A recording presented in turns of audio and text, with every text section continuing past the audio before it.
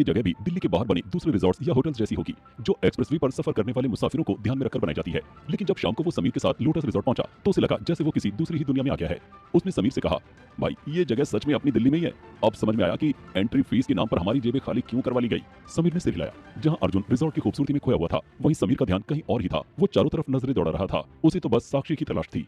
उसने कहा, चलो अंदर चलकर मैनेजमेंट से पूछते हैं। अर्जुन बोला, हाँ चल। समीर को पता था कि साक्षी कुछ दिन पहले तक क्लब का मैनेजमेंट देखती थी। जैसे ही उसने अंदर जाना चाहा, बाउंसर ने हाथ आगे बढ़ाकर उन्हें रोक दिया। Only couple entry sir. उफ यार, अर्जुन के मुंह से निकला। फिर उसने बाउंसर को समझाते हुए कहा, हम लोग यहाँ एक दोस्त से मिलने आए हैं, 2 मिनट का काम है। लेकिन बाउंसर टस से मस नहीं हुआ। अर्जुन और समीर निराश होकर पलटे ही थे कि 2 लड़कियां मुस्कुराते हुए उनकी ओर बढ़ी। क्या हुआ, एंट्री नहीं मिली? एक ने पूछा। अर्जुन ने सिर हिला दिया। दूसरी बोली, ठीक है 10,000 और हम दोनों इन। उसने अर्जुन की आंखों में देखा। अर्जुन को अचानक समझ में ही नहीं आया कि क्या बोले। इन 5 सालों में दुनिया कितनी बदल चुकी है। ये लड़कियां सज धज कर क्लब के बाहर खड़ी हुई थी। उन दोनों की ही तरह कपल एंट्री के जाल में फंसी। ऐसे क्लब्स के बाहर अक्सर लोग जोड़ी बना लेते हैं और अंदर जाकर अपनी अपनी राह पकड़ लेते हैं। उसने कुछ देर सोचा, फिर बोला, 10,000 और हम चारों इन। दोनों लड़कियों ने एक दूसरे की तरफ देखा और सिर हिला दिया। कुछ ही देर में अर्जुन और समीर क्लब के अंदर थे। वहां का माहौल बिल्कुल ही अलग था। समीर अब भी चारों तरफ देख रहा था। फिर अर्जुन उसे लेकर सीधा रिसेप्शन की तरफ चला गया।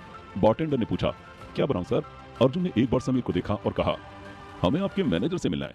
बारटेंडर बोला, राहुल सर तो रात 9 बजे के बाद क्लब में आते हैं, अभी वे हेड ऑफिस में होंगे। समीर को लगा ही था कि साक्षी यहाँ भी नहीं मिलेगी और अब तो उसकी आखिरी उम्मीद पर भी पानी फिर गया था। लेकिन अर्जुन ने हार नहीं मानी। नहीं, एक्चुअली मुझे साक्षी वर्मा से मिलना है, वो हमारी दोस्त है। साक्षी का नाम सुनते ही बारटेंडर एकदम चुप हो गया। फिर धीरे से बोला, आई एम सॉरी सर, लेकिन मैं यहाँ नया हूँ, मैं साक्षी वर्मा को नहीं जानता। अर्जुन ने गहरी निगाहों से उसे देखा। उसके चेहरे पर लिखा हुआ था कि वो झूठ बोल रहा है। वे दोनों आगे बढ़ गए और दूसरे स्टाफ से पूछने लगे। वे दोनों लड़कियां भी अर्जुन के पीछे ही वहां तक चली आई थी। उन्हें लगा कि आज शायद उनकी ड्रिंक्स का भी बंदोबस्त हो जाएगा। लेकिन अर्जुन और समीर तो यहाँ किसी पूछताछ में जुट गए थे। वे लौट ही रही थी कि साक्षी का नाम उनके कान में पड़ा और एक लड़की के मुंह से निकल गया, साक्षी वर्मा, वो तो अब यहाँ नहीं मिलेगी। दूसरी ने इशारे से उसे चुप किया, लेकिन अर्जुन ने उसकी बात सुन ली थी। वो एकदम पलटा और उस लड़की से बोला, तुम कुछ कह रही थी ना, तुम जानते हो साक्षी वर्मा को? लेकिन लड़की घबरा गई। वो नहीं नहीं actually I am sorry, but अब हमें जाना होगा, एंजॉय योरसेल्फ। दोनों ने एक दूसरे का हाथ पकड़ा और वहां से गायब हो गई। शाम ढलने के साथ साथ क्लब में भीड़ बढ़ती जा रही थी। वहां की धीमी लाइट्स में किसी को भी खोजना मुश्किल था। तभी अर्जुन को एक जानी पहचान आवाज सुनाई दी। उनके साथ में जो लड़कियां आई थी उनमें से एक की ही आवाज थी, छोड़ दो मुझे, जाने दो। वो घबराकर चीख रही थी। अर्जुन दौड़कर उसके पास पहुंचा तो उसने देखा एक आदमी उसे जबरदस्ती किस करने की कोशिश कर रहा था। लंबी चौड़ी कदकाठी और गंजे सिर वाला वो आदमी देखने में ही खतरनाक लग रहा था। लड़की उसे धकेलने की कोशिश कर रही थी, लेकिन शराब के नशे में धुत वो उसके साथ जबरदस्ती करने पर तुला हुआ था। और सबसे बड़ी बात तो ये थी कि वहां मौजूद इतने सारे लोगों में से कोई भी उस लड़की की मदद के लिए आगे नहीं आया। अर्जुन से ये देखा नहीं गया। उसने जाकर एक मुक्का गंजे के सिर पर जमा दिया और बोला, लड़की के साथ जबरदस्ती करता है, जरा मेरी तरफ देख। गंजा अकबका कर पलटा तो अर्जुन ने दूसरा मुक्का उसके चेहरे पर जड़ दिया। उसके 2 साथी तेजी से अर्जुन की तरफ बढ़े। अर्जुन ने समीर को इशारा किया और समीर आंखों ही आंखों में उसकी बात समझ गया। उसने दोनों लड़कियों से कहा, आप दोनों बाहर जाइए। लड़कियों के वहां से हटते ही अर्जुन ने क्लब को बॉक्सिंग रिंग बना दिया और तीनों को पटक पटक कर मारने लगा। इतने में क्लब के बाउंसर्स वहां गए, साथ में मैनेजर भी था। मैनेजर चिल्लाया, बस करो, लड़ाई करनी है तो बाहर जाकर करो, क्लब का माहौल खराब मत करो। अर्जुन का हाथ रुक गया। उसने मैनेजर को घूरते हुए कहा, माहौल की चिंता बहुत जल्दी हो गई आपको। अभी थोड़ी देर पहले ये बदमाश एक लड़की के साथ जबरदस्ती कर रहा था, तब कहां थे आप और आपके ये सिपाही? अर्जुन ने उसके साथ आए हट्टे कट्टे बाउंसर्स की तरफ इशारा किया, जो उस समय गंजे के साथियों को जमीन से उठाकर बाहर ले जाने में बिजी थे। मैनेजर बहुत ही पोलाइटली बोला, अब आप जा सकते हैं। इतने में समीर भी अंदर आ गया। मैनेजर को देखकर उसे वो काम याद आ ही गया जिसके लिए वे दोनों यहाँ थे। उसने मैनेजर से कहा, आप राहुल जी है ना, हम यहाँ आपसे मिलने आए थे। राहुल ने कहा, जी कहिए। समीर ने अपना सवाल दोहरा दिया, मैं साक्षी वर्मा से मिलना चाहता हूँ, वो कुछ दिन पहले तक यहाँ काम करती थी। लेकिन जैसे कि उसको उम्मीद थी, राहुल के जवाब से भी उसके हाथ निराशा ही लगी। राहुल ने कहा, वो मुझसे पहले इस क्लब की मैनेजर थी, इससे ज्यादा मुझे कुछ नहीं पता, शायद आपको हायर अथॉरिटी से बात करनी चाहिए। अब तक अर्जुन समझ गया था कि यहाँ से साक्षी का पता लगाना नामुमकिन है। उसने समीर को इशारा किया और वे दोनों बाहर निकल आए। समीर उदास हो गया था। अर्जुन ने उसके कंधे पर हाथ रखा और कहा, देख यार, अब तक मुझे एक ही बात समझ में आई है, साक्षी के गायब होने में या तो कोई बहुत बड़ा झोल है या फिर वो खुद ही किसी से मिलना नहीं चाहती और अचानक से सब कुछ छोड़कर चली गई है। समीर के मन में अचानक एक अजीब बात आई, कहीं साक्षी किसी मुसीबत में तो नहीं है। उसने अर्जुन से कहना चाहा तो देखा अर्जुन सड़क की दूसरी ओर किसी को ध्यान से देख रहा है। क्या देख रहे हो? समीर ने पूछा। अर्जुन उंगली से इशारा करते हुए बोला, वो लड़की, उन दोनों लड़कियों में से एक जो साक्षी के बारे में कुछ बोलते बोलते चुप हो गई थी। समीर की आंखें चमक उठी। हाँ, ये तो वही है, चल चलकर पूछते हैं। लेकिन उसके साथ में ये कौन है? वो लड़की एक आदमी से बात कर रही थी। अर्जुन ने जवाब दिए बिना ही दौड़कर सड़क पार की और उस लड़की के पास पहुंच गया। अर्जुन को आया देखकर लड़की के साथ खड़ा आदमी वहां से भाग गया। थैंक यू, आपने एक बार फिर मुझे बचा लिया। लड़की अर्जुन से कह रही थी। अब तक समीर भी वहां पहुंच गया था। उसने अर्जुन से पूछा, क्या हुआ, कौन था वो? हमने क्लब के अंदर जिन गुंडों को धोया था उनमें से एक, अर्जुन ने कहा। समीर उसे भागते हुए देखता रहा। उसे समझ में नहीं आ रहा था कि इतनी दूर से अर्जुन ने उसे पहचान कैसे लिया था, लेकिन अभी जरूरी काम साक्षी का पता लगाना था। उसने अर्जुन को इशारा किया। अर्जुन ने उस लड़की से कहा, चलिए आपको घर छोड़ देते हैं। लड़की बोली, नहीं शुक्रिया, मैं चली जाऊंगी। समीर के पास इतना सब्र नहीं बचा था कि वो जान पहचान बढ़ाने में वक्त बर्बाद करे। वो बीच में ही बोल पड़ा, देखिए मुझे आपसे कुछ जरूरी बात करनी है, अगर आप मेरी थोड़ी सी मदद कर देंगी तो मुझ पर बहुत बड़ा एहसान होगा। लड़की ने अर्जुन पर एक नजर डाली। अर्जुन ने एक गहरी सांस छोड़ी। वो समझ गया था कि लड़की साक्षी के बारे में कुछ भी बताने में हिचक रही है, इसीलिए जान पहचान बढ़ाकर उसे कंफर्टेबल करना चाह रहा था। लेकिन समीर बीच में ही कूद पड़ा। पर शायद लड़की उन दोनों से बहुत इंप्रेस हो चुकी थी। उसने कहा, चलिए कहीं बैठकर बात करते हैं। अर्जुन और समीर उसके साथ पास ही एक कैफे में आकर बैठ गए। समीर अब भी लड़की की तरफ सवालिया नजरों से देख रहा था, लेकिन अर्जुन को कोई जल्दबाजी नहीं थी। वो उसे डराना नहीं चाहता था और उसे ये भी पता था कि अगर लड़की का भरोसा जीत लिया जाए तो वो आसानी से बहुत कुछ बता देगी। अर्जुन ने कॉफी ऑर्डर की और लड़की से बोला, मेरा नाम अर्जुन है और ये मेरा दोस्त समीर। एक्चुअली साक्षी के साथ इसकी शादी होने वाली थी कुछ दिन बाद, लेकिन अर्जुन ने बात अधूरी छोड़ दी। वो जानता था कि आगे का जवाब उसे मिल जाएगा। उसने आगे पूछा, बाय द वे तुम उसे कैसे जानती हो? लड़की को झिझकते हुए बोली, मेरा नाम रिया है। वैसे तो मैं अपना असली नाम किसी को नहीं बताती, लेकिन आप लोग सही लग रहे हो। मैं यहाँ काफी समय से आती हूँ और साक्षी पहले यहाँ की मैनेजर थी। इतना कहकर रिया चुप हो गई। अर्जुन समझ गया कि कोई ना कोई ऐसी बात है जो वो अपने मुंह से कहना नहीं चाहती। इतने में कॉफी आ गई। अर्जुन ने कॉफी मग रिया की ओर बढ़ाते हुए कहा, फिर भी ये जगह ठीक नहीं लगी मुझे। क्या आप कई बार यहाँ आती हैं? अर्जुन अभी तक भूला नहीं था कि रिया ने ही क्लब में एंट्री के लिए पूरे 10,000 रुपए उससे वसूले थे। अब रिया को सच बोलना पड़ा। उसने धीरे से कहना शुरू किया, वो कुछ साल पहले मेरे पापा एक एक्सीडेंट में चल बसे। माँ इतनी पढ़ी लिखी नहीं है कि बाहर काम कर सके, तो छोटे भाई बहन को पढ़ाने और घर चलाने के लिए मैं पढ़ाई के साथ कॉल सेंटर में पार्ट टाइम जॉब करती हूँ और छुट्टी के दिन यहाँ क्लब आ जाती हूँ। यहाँ सिर्फ कपल एंट्री अलाउड है, तो कोई ना कोई जरूरतमंद मिल ही जाता है, जैसे आप लोग। अर्जुन मुस्कुराकर बोला, और आपकी वो दोस्त? रिया ने कहा, वो भी मेरी तरह हालात की मारी हुई है। समीर से अब रहा नहीं क्या? आप लोग कब से यहाँ आ रहे हैं? आई मीन साक्षी के बारे में कुछ बताइए। रिया ने एक बार फिर समीर की आंखों में तैरती बेसब्री और बेचैनी को देखा, फिर चारों तरफ निगाह दौड़ाई और धीरे से बोली, मैं जानती हूँ साक्षी वर्मा कहाँ है। अब समीर एकदम बेकाबू हो गया। तो बताओ ना कहाँ है, इतनी देर से वही तो मैं जानना चाहता हूँ। अगर तुम्हें और पैसे चाहिए तो मैं दे सकता हूँ, बोलो कितना रुपया चाहिए? अर्जुन ने अपना माथा पीट लिया, कहीं समीर की बेसब्री बना बनाया काम ना बिगाड़ दे। रिया घबराई हुई थी। उसने फिर धीरे से कहा, मुझे डर है कि जो बात मैं जानती हूँ वो शायद आपके काम की ना हो और मैं किसी मुसीबत में ना पड़ जाऊं। रिया की बात सुनकर अर्जुन को भरोसा हो गया कि हो ना हो साक्षी किसी बड़े खतरे में है। कहाँ है साक्षी? क्या अर्जुन और समीर उसे खोजकर सही सलामत वापस ला पाएंगे? कैफे में बैठे हुए अर्जुन और समीर साक्षी के बारे में जानने के लिए बेचैन थे, लेकिन रिया अब तक अर्जुन को साक्षी के बारे में बताने से डर रही थी। रिया कह रही थी, मुझे डर है कि जो बात मैं जानती हूँ वो शायद आपके काम की ना हो और मैं किसी मुसीबत में ना पड़ जाऊं। ये सुनते ही समीर ने इतनी जोर से टेबल पर हाथ मारा कि उसकी कॉफी छलक कर टेबल पर फैल गई। समीर जोर से बोला, तुम बस बताओ वो कहाँ है?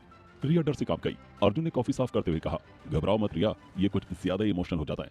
और समीर, तुम शांति से उसकी पूरी बात तो सुन लो। समीर गुस्से और बेचैनी के मारे बेबस महसूस कर रहा था, लेकिन उसे अर्जुन की बात माननी पड़ी।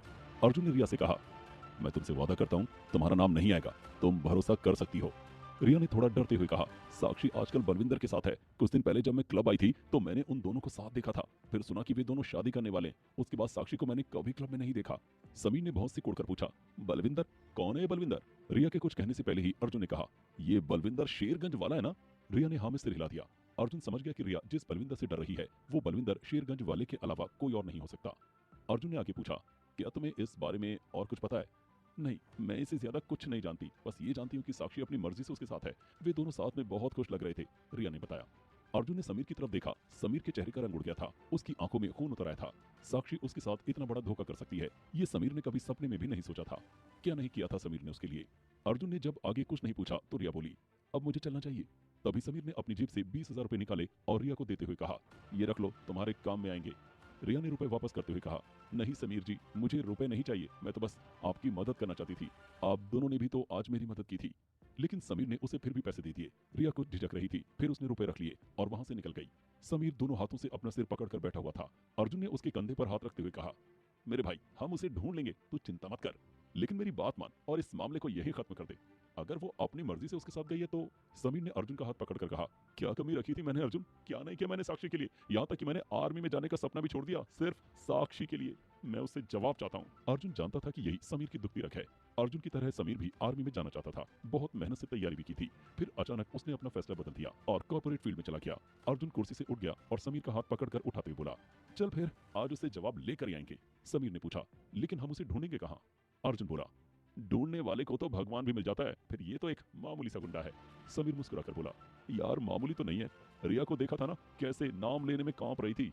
यही कांपने वाले लोग ही गुंडों की ताकत हैं। अब अर्जुन उसे दिखाएगा कि असली ताकत क्या होती है। तो उठ चल अभी। अर्जुन ने समीर को उठाया और वे दोनों वहां से निकल पड़े। समीर आज अपनी कार लेकर आया था और ड्राइव कर रहा था और अर्जुन बैठकर फोन घुमा रहा था। 5 मिनट बाद उसने कहा, पहाड़गंज चल। समीर ने उसकी तरफ देखा, पता मिल गया? वो थोड़ा हैरान था। अर्जुन ने अपनी खास स्माइल दी, हाँ मिल गया। आजकल पहाड़गंज की एक लावारिस बिल्डिंग को अपना अड्डा बना रखा है। आधे घंटे बाद समीर और अर्जुन उस बिल्डिंग के सामने खड़े थे। पहाड़गंज के भीड़ भरे बाजार में ये 5 मंजिला इमारत सालों से गुमनामी में खड़ी हुई थी। बिल्डर पर अवैध निर्माण का केस चल रहा था और उसी ने बलविंदर को ये बिल्डिंग सौंप दी थी, जहां से अब वो अपने कई गैर कानूनी धंधे चलाता था। दिल्ली में इन दिनों एक्टिव बहुत से गैंग्स की तरह बलविंदर का भी एक गैंग था। इस गैंग के मेंबर्स भी बलविंदर की ही तरह गैर कानूनी कामों में लगे हुए थे। समीर ने गाड़ी पार्क की और दोनों एक साथ उस बिल्डिंग में घुस गए। नीचे की मंजिल एकदम बुरी हालत में थी।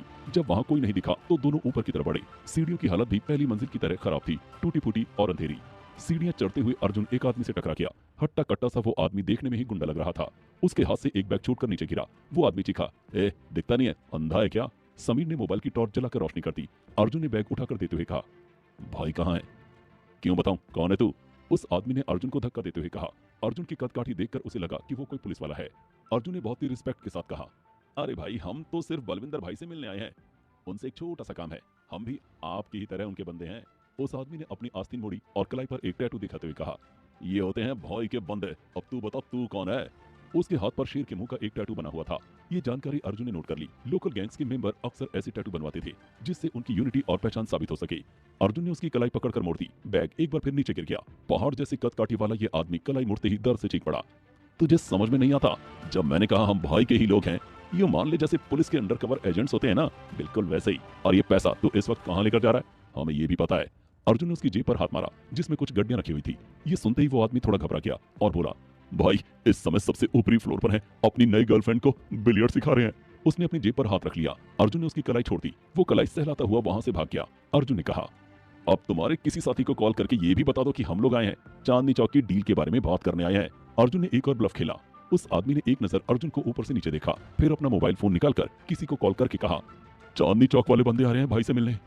समीर ने धीरे से पूछा, उसने इतनी आसानी से सब उगल दिया, ये कैसे किया? अर्जुन बोला, जब मेरी उससे टक्कर हुई उसने हाथ में पकड़ा हुआ बैग गिर जाने दिया, लेकिन जेब पर से हाथ नहीं हटाया।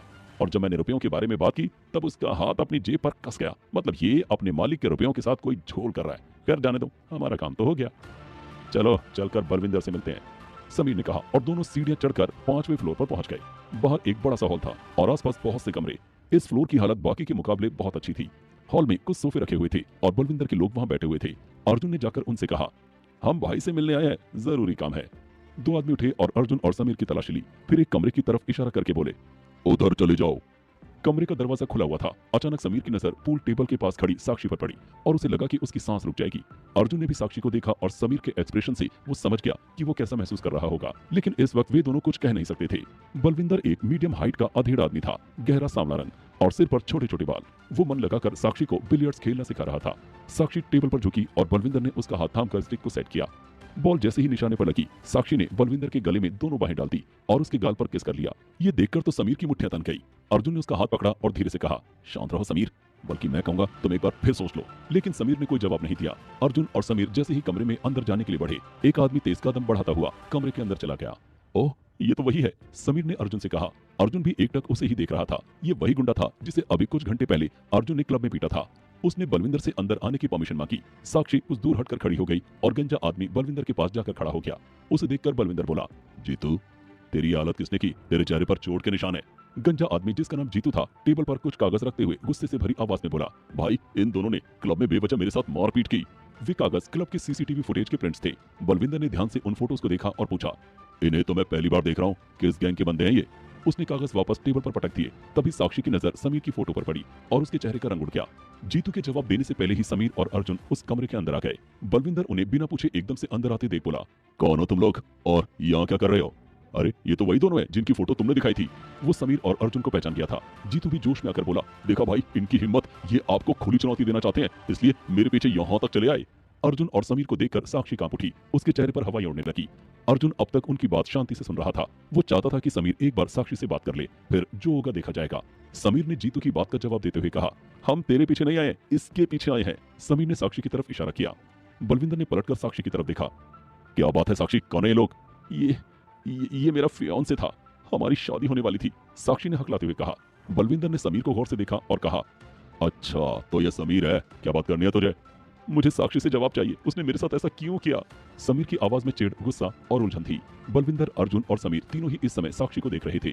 क्या उसे अपना जवाब मिल पाएगा? क्या साक्षी उसके साथ वापस जाने के लिए तैयार हो जाएगी? बलविंदर क्या इतनी आसानी से समीर और अर्जुन को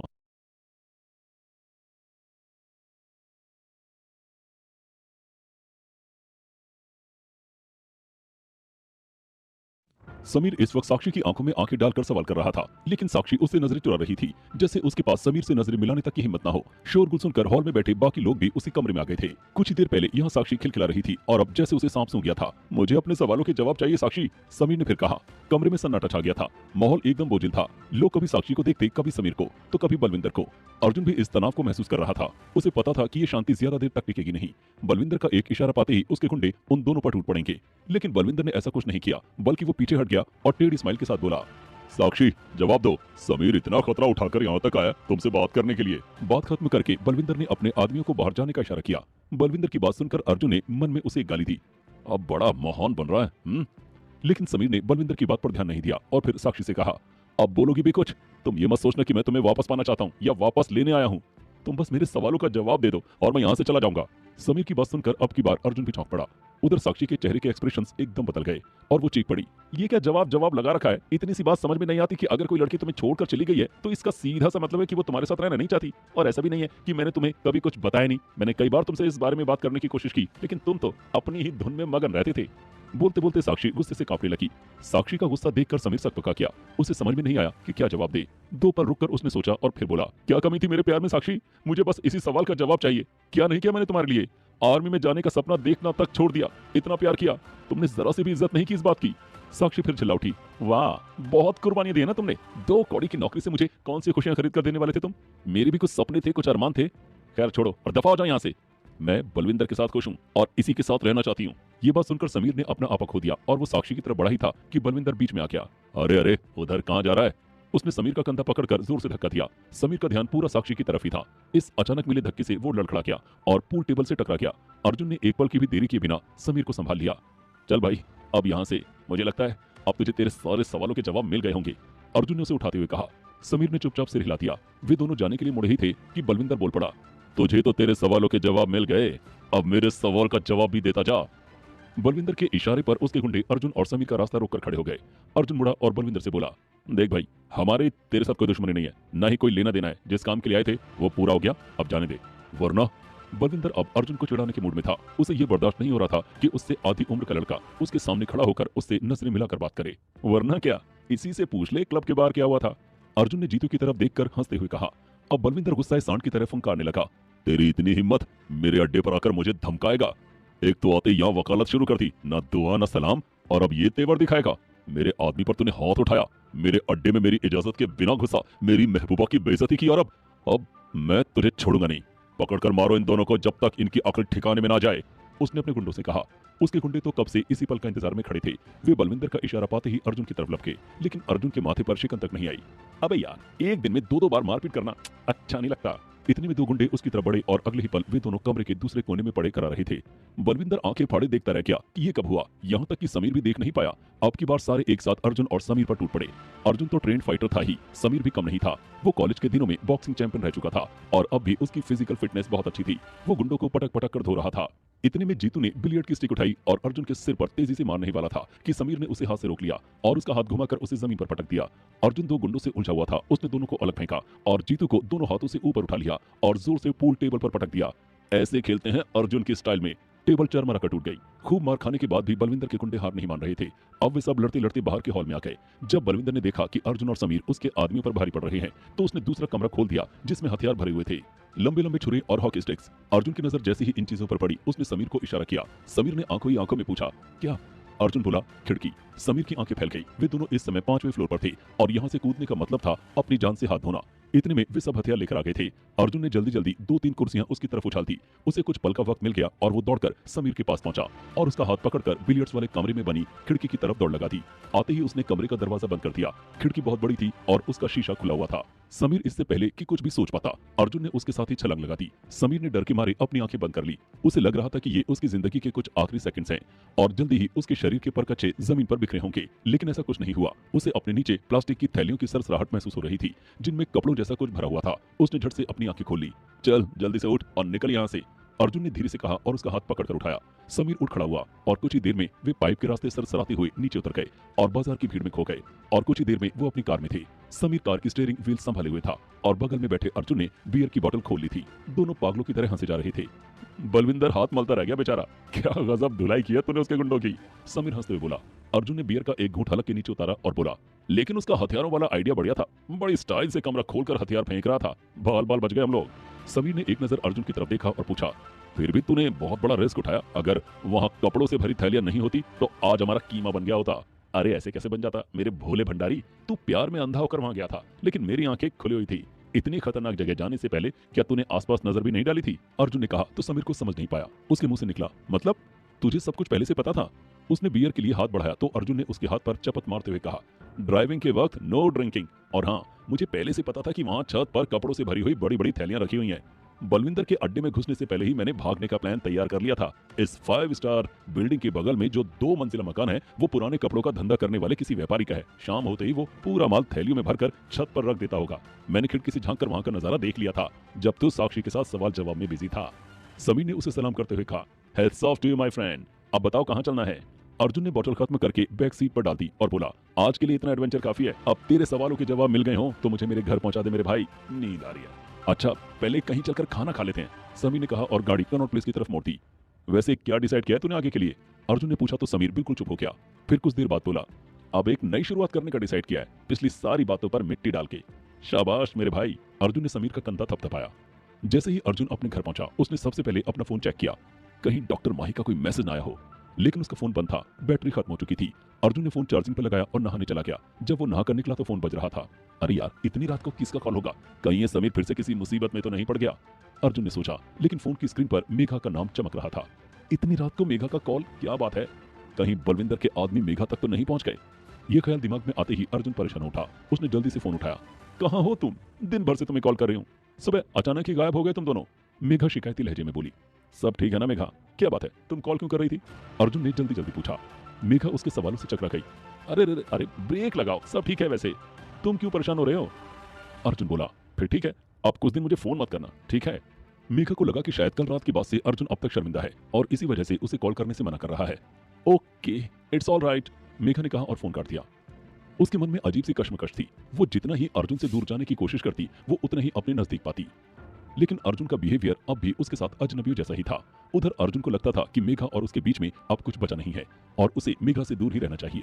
इस वजह से शायद वो उसके साथ थोड़ा रूड भी हो जाता था।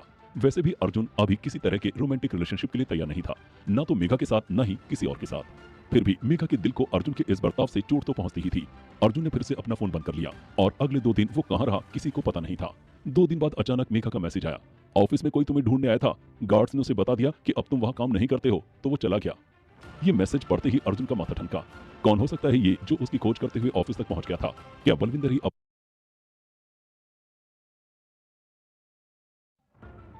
अर्जुन को समझ में नहीं आया कि उसे ऑफिस तक जाकर खोजने वाला कौन हो सकता है।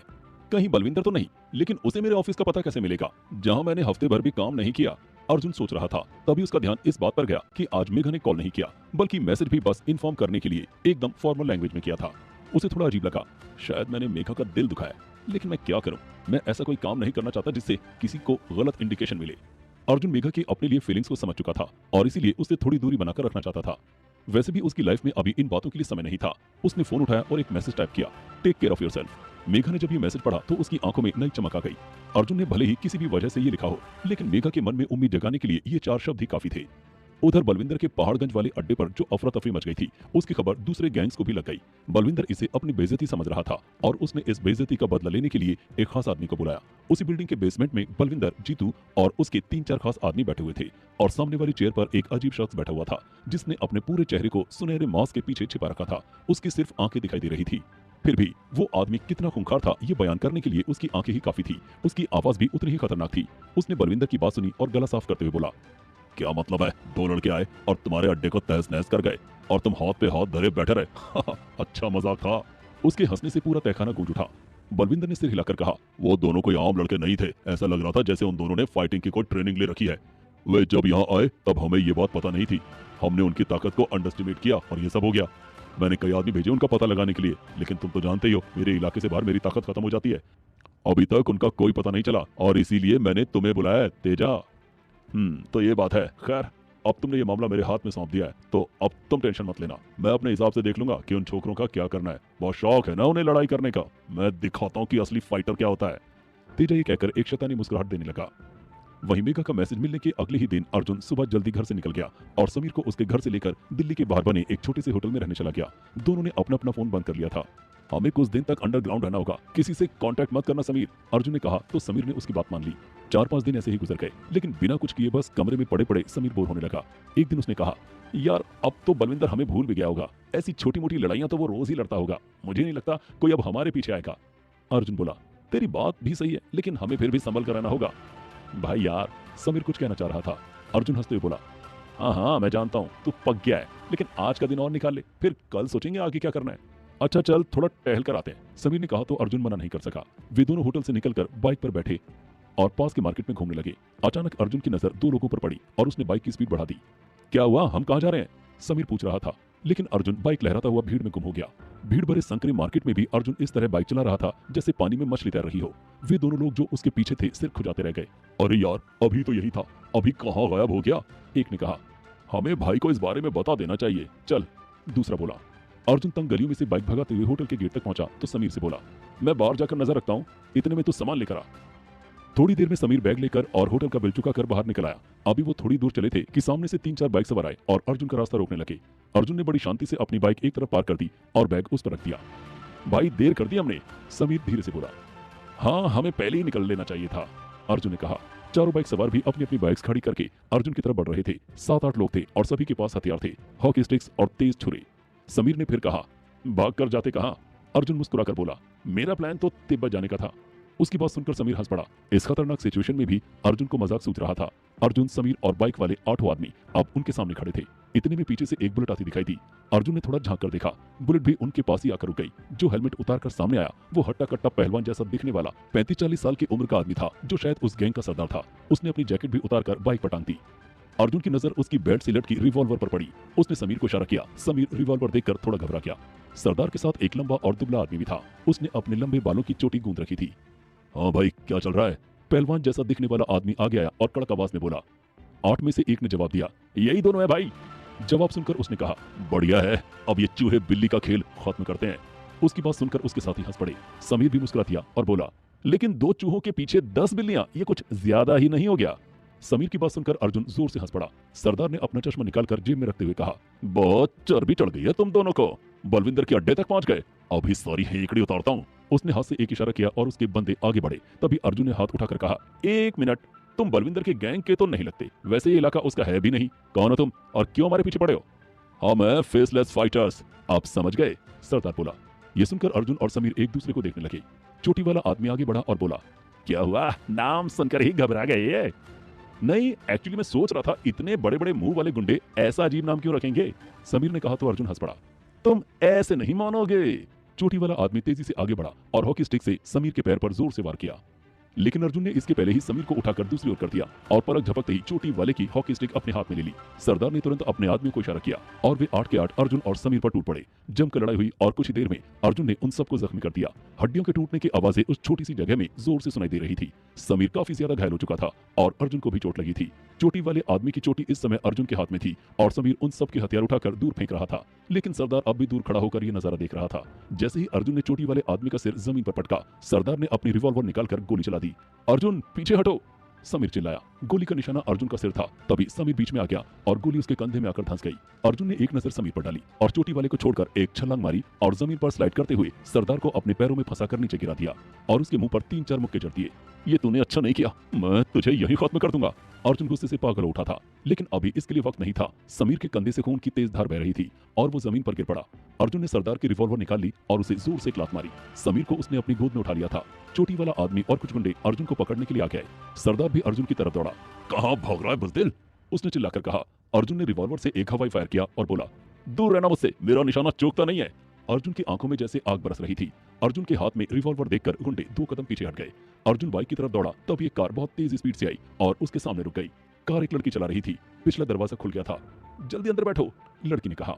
अर्जुन के पास सोच विचार करने का वक्त नहीं था। समीर की आंखें बंद हो रही थी। उसने समीर को लिटाया और खुद भी अंदर बैठ गया। समीर के कंधे से तेजी से खून बह रहा था। गाड़ी का दरवाजा बंद हुआ और जल्दी ही कार हवा से बातें करने लगी। उस इलाके से निकलकर अब गाड़ी हाईवे पर आ चुकी थी। अर्जुन ने लड़की से पूछा, क्या तुम्हारी गाड़ी में फर्स्ट एड किट होगी? उस लड़की ने किट निकाल कर देते हुए कहा, हाँ ये लो, लेकिन मुझे लगता है कि हमें जल्दी से जल्दी हॉस्पिटल चलना चाहिए। नहीं तो तुम पास में किसी मेडिकल स्टोर पर गाड़ी रोक देना प्लीज, अर्जुन बोला। लेकिन तुम्हारे दोस्त की जान खतरे में है, लड़की ने घबरा कर कहा। तुम बस गाड़ी चलाओ, अर्जुन बोला और डेटॉल निकालकर समीर का घाव साफ करने लगा। कुछ ही दूर जाकर लड़की ने एक मेडिकल स्टोर के सामने कार रोक दी। अर्जुन जल्दी से उतरा और कुछ ही देर में कुछ सामान लेकर आ गया और गाड़ी में बैठ गया। लड़की हैरान सी उसकी तरफ देख रही थी। अर्जुन ने समीर का घाव साफ किया, एक दवा लगाई और जोर से उसके कंधे को 2 उंगलियों से दबाया। बुलेट ऊपर आ गई और अर्जुन ने उसे निकालकर बाहर फेंक दिया। क्या वो बुलेट थी? तुमने अभी अभी उसे निकाला? लड़की की आंखें अचरज से फैल गई। अर्जुन ने जवाब नहीं दिया और उसकी तरफ हाथ बढ़ाकर बोला, तुम्हारा स्कार्फ साफ है ना? लड़की ने स्कार्फ अर्जुन की तरफ बढ़ा दिया। अर्जुन ने घाव पर ढेर सारी रुई रखी और स्कार्फ से कस कर बांध दिया। फिर समीर के मुंह में एक दवा डाल दी और एक इंजेक्शन भी दे दिया। तभी अर्जुन की नजर पीछे आ रही बाइक्स पर पड़ी। उसने लड़की से कहा, अब गाड़ी चलाओ और थोड़ा जल्दी, वे लोग हमारा पीछा कर रहे हैं। लड़की ने एक बार फिर कार स्टार्ट की और तेजी से सड़क पर दौड़ाने लगी। समीर को थामे बैठा अर्जुन लगातार पीछे नजरें जमाए हुए था, लेकिन अब तक उसने लड़की से ये नहीं पूछा था कि वो कौन है और क्यों उनकी मदद कर रही है। कौन थी ये अनजान मददगार जो अर्जुन की मदद के लिए अचानक आ टपकी थी? क्या अर्जुन उन गुंडों से पीछा छुड़ा सकेगा? अनजान मददगार लड़की तेजी से कार हाईवे पर दौड़ा रही थी और बैक सीट पर बैठा अर्जुन लगातार पीछा कर रहे लोगों पर नजर बनाए हुए था। तभी उसके मन में आया, इस लड़की से मैंने ये तो पूछा ही नहीं कि ये कौन है और क्यों हमारी मदद कर रही है। उसने मुड़कर लड़की की तरफ देखा। दुबली पतली और लंबी हाइट वाली इस लड़की के बाल कंधे तक खूबसूरती से तराशे हुए थे। गेहुआ रंग, छोटी आंखें और तीखी नाक वाली ये लड़की ठीक ठाक खूबसूरत कही जा सकती थी। उसकी ड्राइविंग स्किल्स गजब की थी। हाईवे पर दौड़ते ट्रकों के बीच से वो अपनी गाड़ी सर्र से जिस तरह निकाल रही थी, अर्जुन उससे बहुत इंप्रेस हुआ। तभी एक तेज स्पीड वाली कार उनके बगल में चलने लगी। अर्जुन समझ गया कुछ गड़बड़ है। ये होंडा सिटी कार हाईवे के नीचे बनी कच्ची सड़क से ऊपर आई और रॉन्ग साइड से कट मारकर अर्जुन की कार के बगल में चलने लगी। एक तरफ डिवाइडर और दूसरी तरफ वो होंडा सिटी लड़की की मर्सिडीज को कवर कर रही थी। वो आगे चल रहे ट्रक को ओवरटेक भी नहीं कर सकती थी। क्या हुआ, कुछ गड़बड़ है क्या? अर्जुन ने पूछा। लड़की ने सिर हिलाया। हाँ, ये कार भी हमारे ही पीछे है। शिट, ये कहां से आ गई?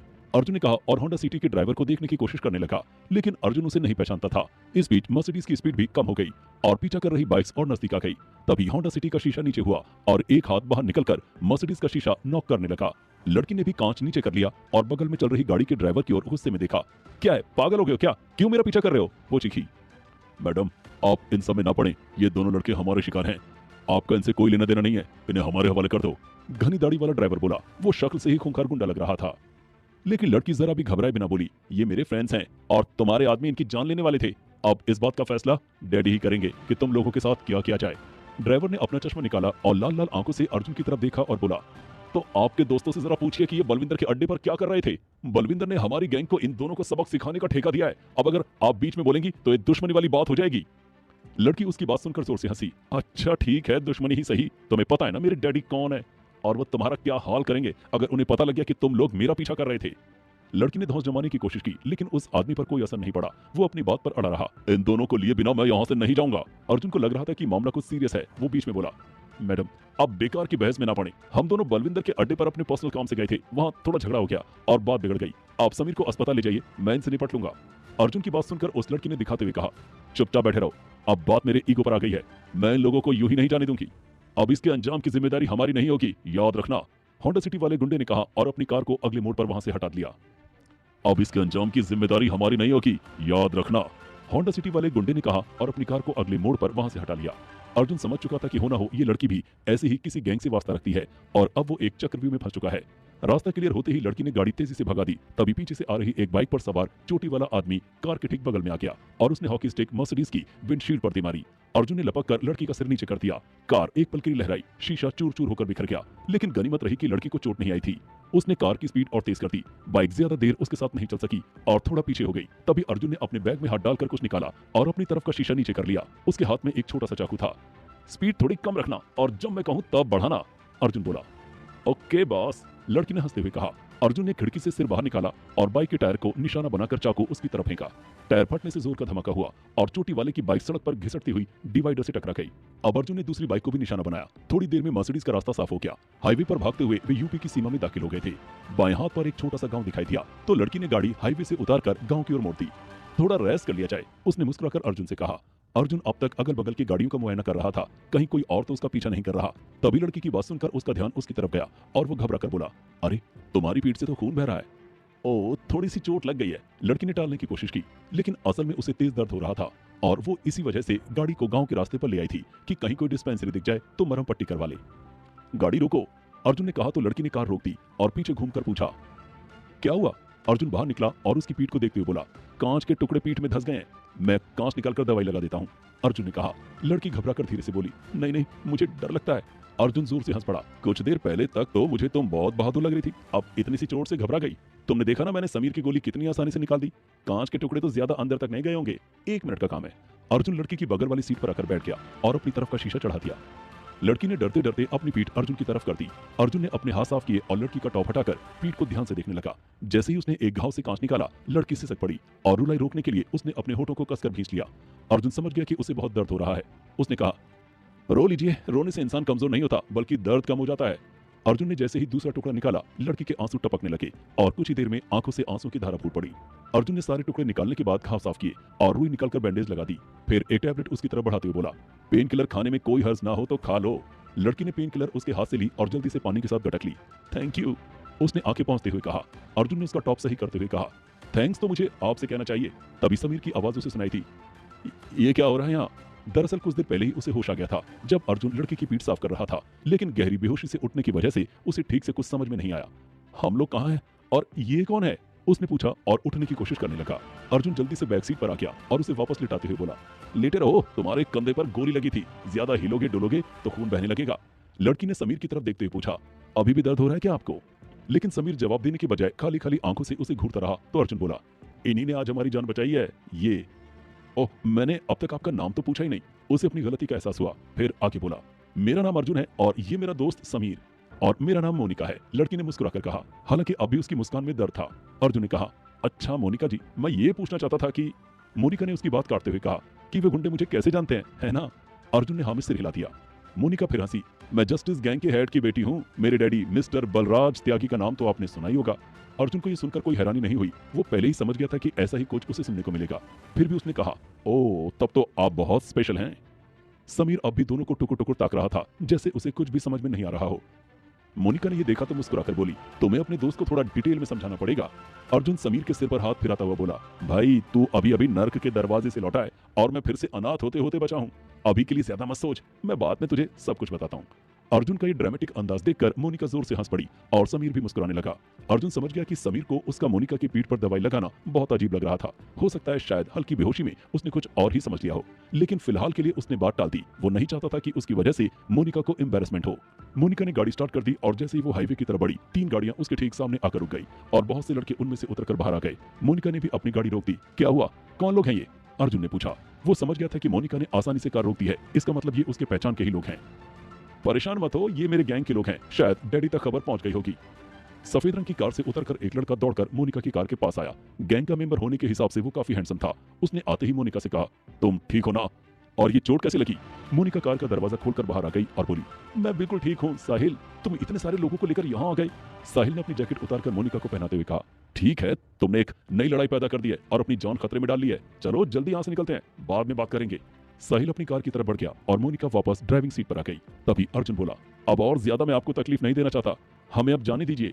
मोनिका ने उसे घूर कर देखा और बोली, समीर को डॉक्टर की जरूरत है और आज हमने साथ साथ इतना बड़ा कांड किया है, तो इतनी आसानी से तो अलग नहीं हो सकते ना। इतना कहकर उसने कार आगे बढ़ा दी और साहिल के साथ आई तीनों गाड़ियां उसे कवर देने लगी। अर्जुन ने अपने दिल में एक अलग ही फीलिंग महसूस की और अपने आप से कहा, बहुत अच्छे बेटे, आसमान से गिरे खजूर पे अटके, इसी को कहते हैं। अब आगे आगे देखते हैं क्या होता है। अर्जुन ने समीर को देखा, वो भी शायद यही सोच रहा था। कहां ले जा रही थी मोनिका उन दोनों को और क्या थे उसके इरादे? क्या सच में अर्जुन अब इस गैंग वॉर? मोनिका कार चला रही थी और अर्जुन अब उसके बगल में बैठा हुआ था। समीर बैक सीट पर आराम से लेटा हुआ था। तभी मोनिका की नजर अर्जुन के पैरों पर पड़ी। अर्जुन के घुटने के पास उसकी जींस फटी हुई थी और खून काला होकर जम गया था। खून देखते ही मोनिका चीख पड़ी, अर्जुन तुम्हारे घुटने में चोट लगी है। उसके चेहरे पर घबराहट थी। अर्जुन मुस्कुराकर बोला, इससे ज्यादा खून तुम्हारी पीठ से बह रहा था। मोनिका मुंह बनाकर बोली, अच्छा बस करो, पहले डॉक्टर के यहाँ चलते हैं, समीर को भी डॉक्टर की जरूरत है। अर्जुन ये सुनकर थोड़ा चुप हो गया और फिर बोला, बात यह है कि मैं हॉस्पिटल जाना अवॉइड कर रहा हूँ। गोली लगने की बात सुनकर डॉक्टर तुरंत पुलिस को बुला देगा और फिर आगे तो पता ही है, ये दिल्ली है मेरी जान। अर्जुन की बात सुनकर मोनिका हंस पड़ी और कुछ देर पहले की घबराहट उसके चेहरे से गायब हो गई। फिर उसने कहा, फिर भी अच्छा चलो मेरे साथ, मैं वहीं डॉक्टर बुला दूंगी। अर्जुन एकदम से बोला, नहीं, वो मैं एक फ्रेंड को कहकर मैनेज कर लेता हूँ। अर्जुन ने जितने जल्दी ये बात कही, मोनिका समझ गई कि वो इस मामले में उसकी हेल्प नहीं लेना चाहता। उसने भी जल्दी से अपना फोन निकाला और उसके दिमाग में एक नाम आया, डॉक्टर माही। डॉक्टर माही को अर्जुन ने फोन लगाया। फोन उठाते ही दूसरी तरफ से एक प्यारी सी आवाज सुनाई दी, हेलो अर्जुन। हेलो डॉक्टर माही, मुझे आपसे एक छोटी सी हेल्प चाहिए। अर्जुन ने कहा, आई एम रियली सॉरी, आज तो मैं छुट्टी पर हूँ, वैसे बोलो मैं किसी और को कह देती हूँ। माही ने कहा तो अर्जुन बोला, एक्चुअली मुझे एक पर्सनल काम था, मेरे एक फ्रेंड को थोड़ी चोट लग गई है तो। अर्जुन की बात सुनकर माही बोली, ओह अच्छा, it's not a big deal, उसे मेरे घर ले आओ, मैं एड्रेस सेंड कर देती हूँ। माही ने तुरंत अर्जुन के व्हाट्सएप पर लोकेशन भेज दी। अर्जुन ने मोनिका से कहा, हमें यहीं छोड़ दो, हम टैक्सी लेकर चले जाएंगे। चुपचाप बैठे रहो और मुझे लोकेशन बताओ। तुम्हें यहाँ छोड़ देने का मतलब है वापस उन फेसलेस फाइटर्स के हवाले कर देना। मोनिका ने कहा और उस लोकेशन के हिसाब से गाड़ी मोड़ दी। मोनिका की कार के पीछे ही चल रही तीनों गाड़ियां भी उसी रास्ते पर चलने लगी। माही के घर के सामने जब चार गाड़ियां आकर रुकी तो एक अलग ही नजारा था। माही भी एक पल के लिए शॉक्ड रह गई, लेकिन तभी उसकी नजर अर्जुन पर पड़ी। वो समीर को सहारा देकर मोनिका की गाड़ी से उसे उतार रहा था। माही जल्दी से अर्जुन के पास आ गई, लेकिन समीर की चोट से पहले उसकी नजर अर्जुन के घुटने पर पड़ी। ओह, तुम्हें तो चोट लगी अर्जुन। माही की बात पूरी होने से पहले ही समीर उदास आवाज में बोला, असली चोट तो मुझे लगी है, लेकिन इसने ऐसे कवर किया है कि किसी की नजर ही नहीं जाती उधर तक। उसकी बात सुनकर माही मुस्कुरा दी और बोली, मैं आपका ही इंतजार कर रही थी। माही अर्जुन और समीर को अपने घर में बने छोटे से क्लिनिक के भीतर ले गई और दोनों के घावों की ड्रेसिंग कर दी। उसने अर्जुन को समीर की चोट के बारे में खास हिदायत देते हुए कहा, समीर को आराम और इलाज दोनों की जरूरत है, अच्छा होगा कि इसे तुम यहीं छोड़ दो, मैं इसका ध्यान रख लूंगी। अर्जुन ये सुनकर खुश तो हुआ, लेकिन तुरंत परेशान भी हो गया और बोला, डॉक्टर माही, बात यह है कि मेरे पास आपकी फीस देने के लिए अभी रुपए नहीं है। माही ने गुस्सा दिखाते हुए कहा, मुझे आपसे इस बात की उम्मीद नहीं थी, मैं तो आपकी दोस्त हूं ना, कभी मुझे आपकी मदद की जरूरत पड़ी तो क्या आप नहीं आएंगे? माही की बात सुनकर अर्जुन कान पकड़ते हुए बोला, मुझे माफ कर दीजिए, मैं तो आपके लिए हर वक्त हाजिर हूँ। समीर को अर्जुन ने वहीं छोड़ दिया और एक राहत की सांस ली। अब वो आगे आने वाली किसी भी परेशानी से लड़ने के लिए तैयार था। माही उसे गाड़ी तक छोड़ने आई। कार स्टार्ट करते हुए मोनिका ने कहा, वो तुम्हें पसंद करती है। अर्जुन ये सुनकर चौंक पड़ा, ये तुम्हें कैसे पता चल गया? वो मेरी अच्छी दोस्त है, बस चल गया पता। मोनिका मुस्कुराई, अब ये मत कहना कि ये वुमन इंट्यूशन जैसी किसी चीज के कारण है। अर्जुन बोला। मोनिका ने उसे आंखें दिखाई, ओ प्लीज, तुम्हें मैं औरत दिखाई देती हूँ? अर्जुन ने हंसते हुए कहा, नहीं, तुम तो एक बड़ी बच्ची हो बस। इन कुछ ही घंटों के दरमियान उन दोनों के बीच दोस्ती का रिश्ता कायम हो गया था। मोनिका ने जब गाड़ी अपने घर के सामने रोकी तो साहिल तुरंत अपनी गाड़ी से निकलकर मोनिका के पास आ गया और बोला, डैडी इनसे मिलना चाहते हैं। मोनिका ने अर्जुन की तरफ देखा। अर्जुन ने अपने मन में कहा, लो बेटे, अब तुम फंस चुके हो। मोनिका ने अर्जुन से कहा, तुम किसी बात की टेंशन मत लो, अब तो तुम मेरे फ्रेंड हो, डैडी जो कहे बस चुपचाप सुन लेना। उसने अर्जुन का कंधा थपथपाया। अर्जुन चुपचाप गाड़ी से निकला और साहिल के पीछे चल पड़ा। दूसरी तरफ दिल्ली के ही किसी अनजान कोने में एक बेसमेंट का नजारा। सुनहरे मास्क वाला वही आदमी एक कुर्सी पर बैठा हुआ था। उसके सामने 8-10 आदमी खड़े हुए थे, जिनमें से ज्यादातर बुरी तरह से घायल थे। ये वही थे जिन्होंने सुबह अर्जुन और समीर पर हमला किया था।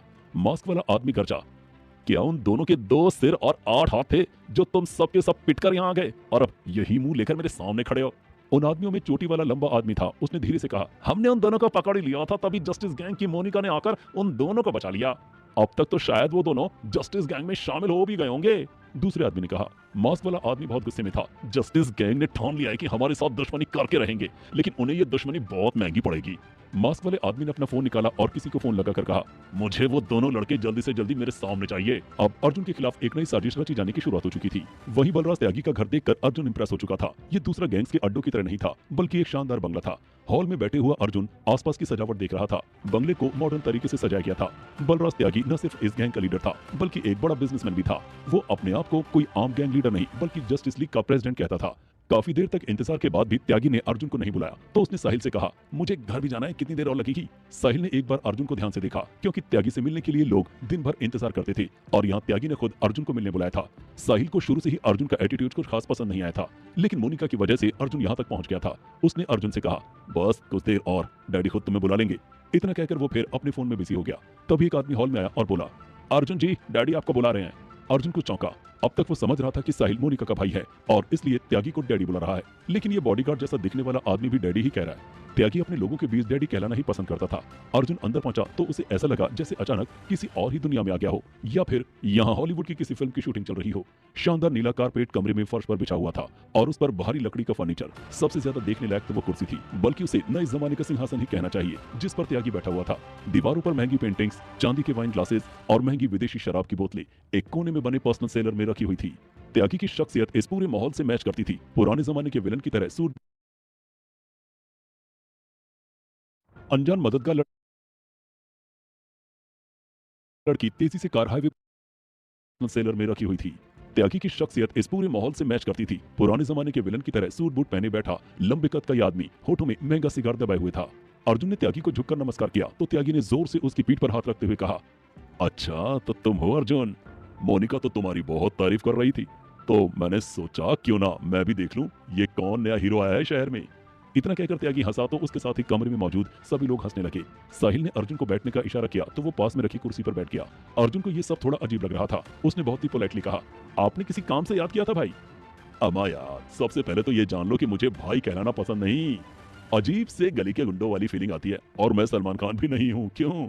त्यागी ने कहा और एक बार फिर अपने जोक पर खुद ही हंसने लगा। उसके साथ सबको हंसना भी जरूरी था। अर्जुन समझ गया कि त्यागी को इस तरह के जोक्स मारना पसंद है और उसके लोगों के लिए उन पर हंसना जरूरी है। इसी से शायद वफादारी साबित होती है। लेकिन त्यागी की बात पर अर्जुन ने बस हल्के से मुस्कुरा दिया और सिर हिला दिया। त्यागी ने कहा, अच्छा तो कुछ अपने बारे में बताओ, तुम्हारा पास्ट प्रेजेंट फ्यूचर, कहां से आए हो, क्या करते हो, ये फेसलेस फाइटर्स के साथ लड़ाई में कैसे पड़ गए? शक्ल से तो अच्छे शरीफ लगते हो, थोड़ा मुझे कुछ पता चले तो मैं फिर तुम्हारे दाखिले के बारे में सोचूं। दाखिला? कैसा दाखिला? अर्जुन चौंक पड़ा।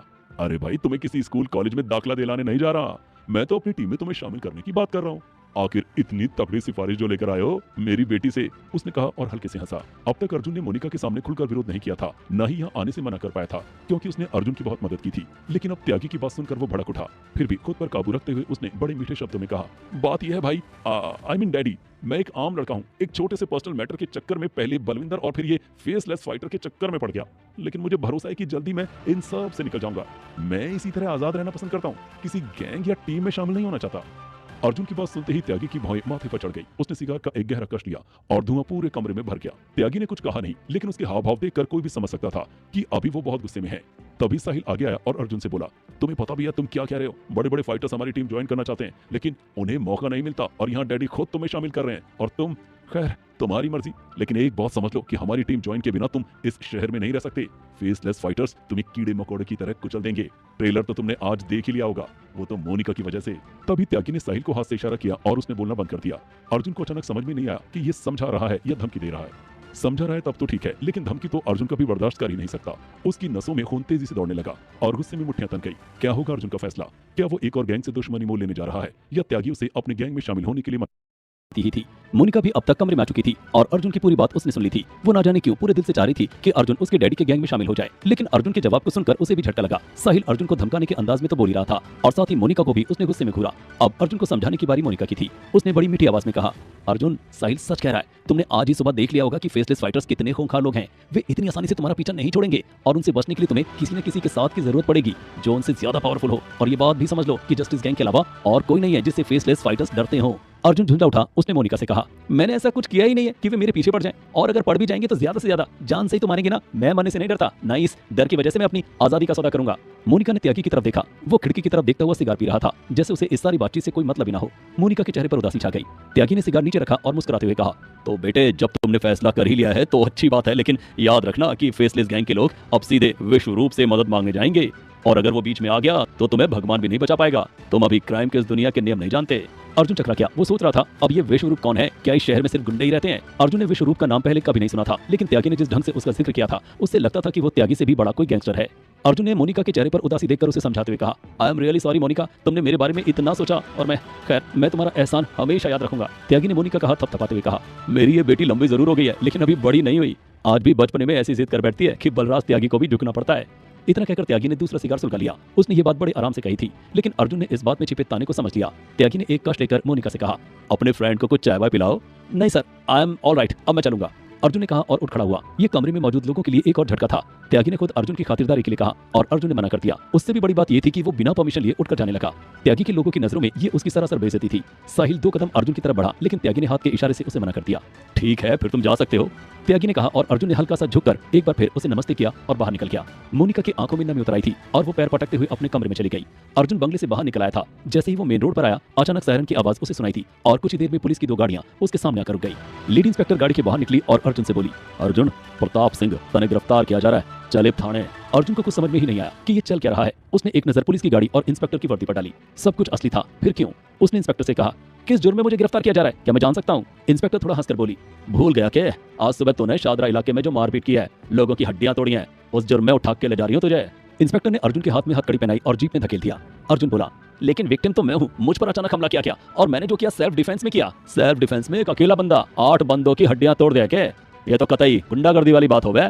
अब तू अपना विक्टिम कार्ड कोर्ट में खेलियो। चलो शिबू, गाड़ी चला, इंस्पेक्टर ने ड्राइवर को कहा और जीप चलती। अर्जुन हैरान परेशान सा पूरी सिचुएशन के बारे में सोचने लगा। सबसे ज्यादा अजीब बात थी कि पुलिस को उसकी एग्जैक्ट लोकेशन कैसे पता चली और बंगले से निकलते ही पुलिस उसे गिरफ्तार करने के लिए प्रकट हो गई।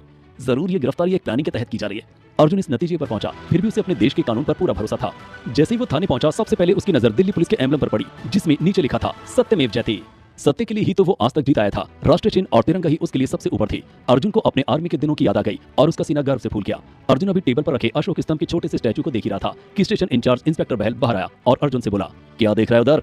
अर्जुन ने कोई जवाब नहीं दिया। बहल ने लीड इंस्पेक्टर से पूछा, क्या कविता यही है वो अर्जुन प्रताप सिंह? जी सर, यही है, इंस्पेक्टर कविता ने जवाब दिया। बड़ा सीधा लग रहा है शक्ल से, काम बदमाशों वाले हैं। कोई बात नहीं, एक रात पुलिस थाने में बिताएगा तो सारी बदमाशी निकल जाएगी, डालो इसे हवालात में, बहल ने कहा। इंस्पेक्टर कविता ने अर्जुन को लॉकअप में धकेलते हुए कहा, अब कुछ दिन तूने इसी हवालात में काटने हैं। तभी थाने के लैंडलाइन फोन की घंटी बजी और बहल ने जाकर फोन उठाया। यस सर, ओके सर के अलावा उसने और कुछ नहीं बोला। फोन रखकर बहल ने कविता से कहा, थोड़ी देर बाद इसे भीतर कोठरी में ले आना पूछताछ के लिए। कविता इंस्पेक्टर बहल का इशारा समझ गई और मुस्कुराते हुए अर्जुन से बोली, अब होगी तेरी स्पेशल वाली पूछताछ, फिर निकलेगी सारी हेकड़ी। अर्जुन ने जवाब में कुछ भी नहीं कहा, बस खाली आंखों से कविता को घूरता रहा। वो जानता था कि अगर एक शब्द उसके मुंह से निकला तो ये लोग बात का बतंगड़ बना लेंगे। देख रहे हैं साहब, कैसे घूर रहा है, जैसे कच्चा ही खा जाएगा, कविता ने बहल से कहा। इंस्पेक्टर बहल ने अर्जुन की तरफ अपना डंडा लहराया और बोला, अब क्या पुलिस के साथ भी मारपीट करने का इरादा है तेरा? नजरें नीची कर। अर्जुन दूसरी तरफ देखने लगा। उसके दिमाग में इस समय सवालों का ज्वालामुखी फट पड़ा था, लेकिन सबसे बड़ा सवाल था कि समीर कैसा होगा? कहीं ये लोग समीर तक न पहुंच जाएं। बेकार में मेरी वजह से डॉक्टर माही को भी तकलीफ होगी। काफी देर तक इन्वेस्टिगेशन के लिए कोई भी नहीं आया तो अर्जुन हवालात के फर्श पर ही लेट गया। उधर त्यागी मेंशन तक भी यह खबर पहुंच चुकी थी। जैसे ही साहिल को पता चला कि अर्जुन को गिरफ्तार कर लिया गया है, वो दौड़ा दौड़ा बलराज त्यागी के पास पहुंचा। डैडी, अर्जुन को पुलिस ने गिरफ्तार कर लिया है, वो भी तब जब वो यहाँ से निकलकर सड़क पार कर रहा था। बलराज त्यागी ने बड़ी बड़ी आंखों से साहिल को घूरा और कड़क आवाज में कहा, किसकी इतनी हिम्मत बढ़ गई है जो त्यागी के घर के बाहर पुलिस ले आया? और वो लड़का क्या हुआ उसका? जमानत कराई किसी ने? साहिल ने अपना गला साफ करते हुए कहा, नहीं, अभी तो वो थाने में ही है। अच्छा, नजर रखो उस पर और हर पल की खबर मुझे चाहिए, त्यागी ने कहा। साहिल कुछ परेशान सा हो गया।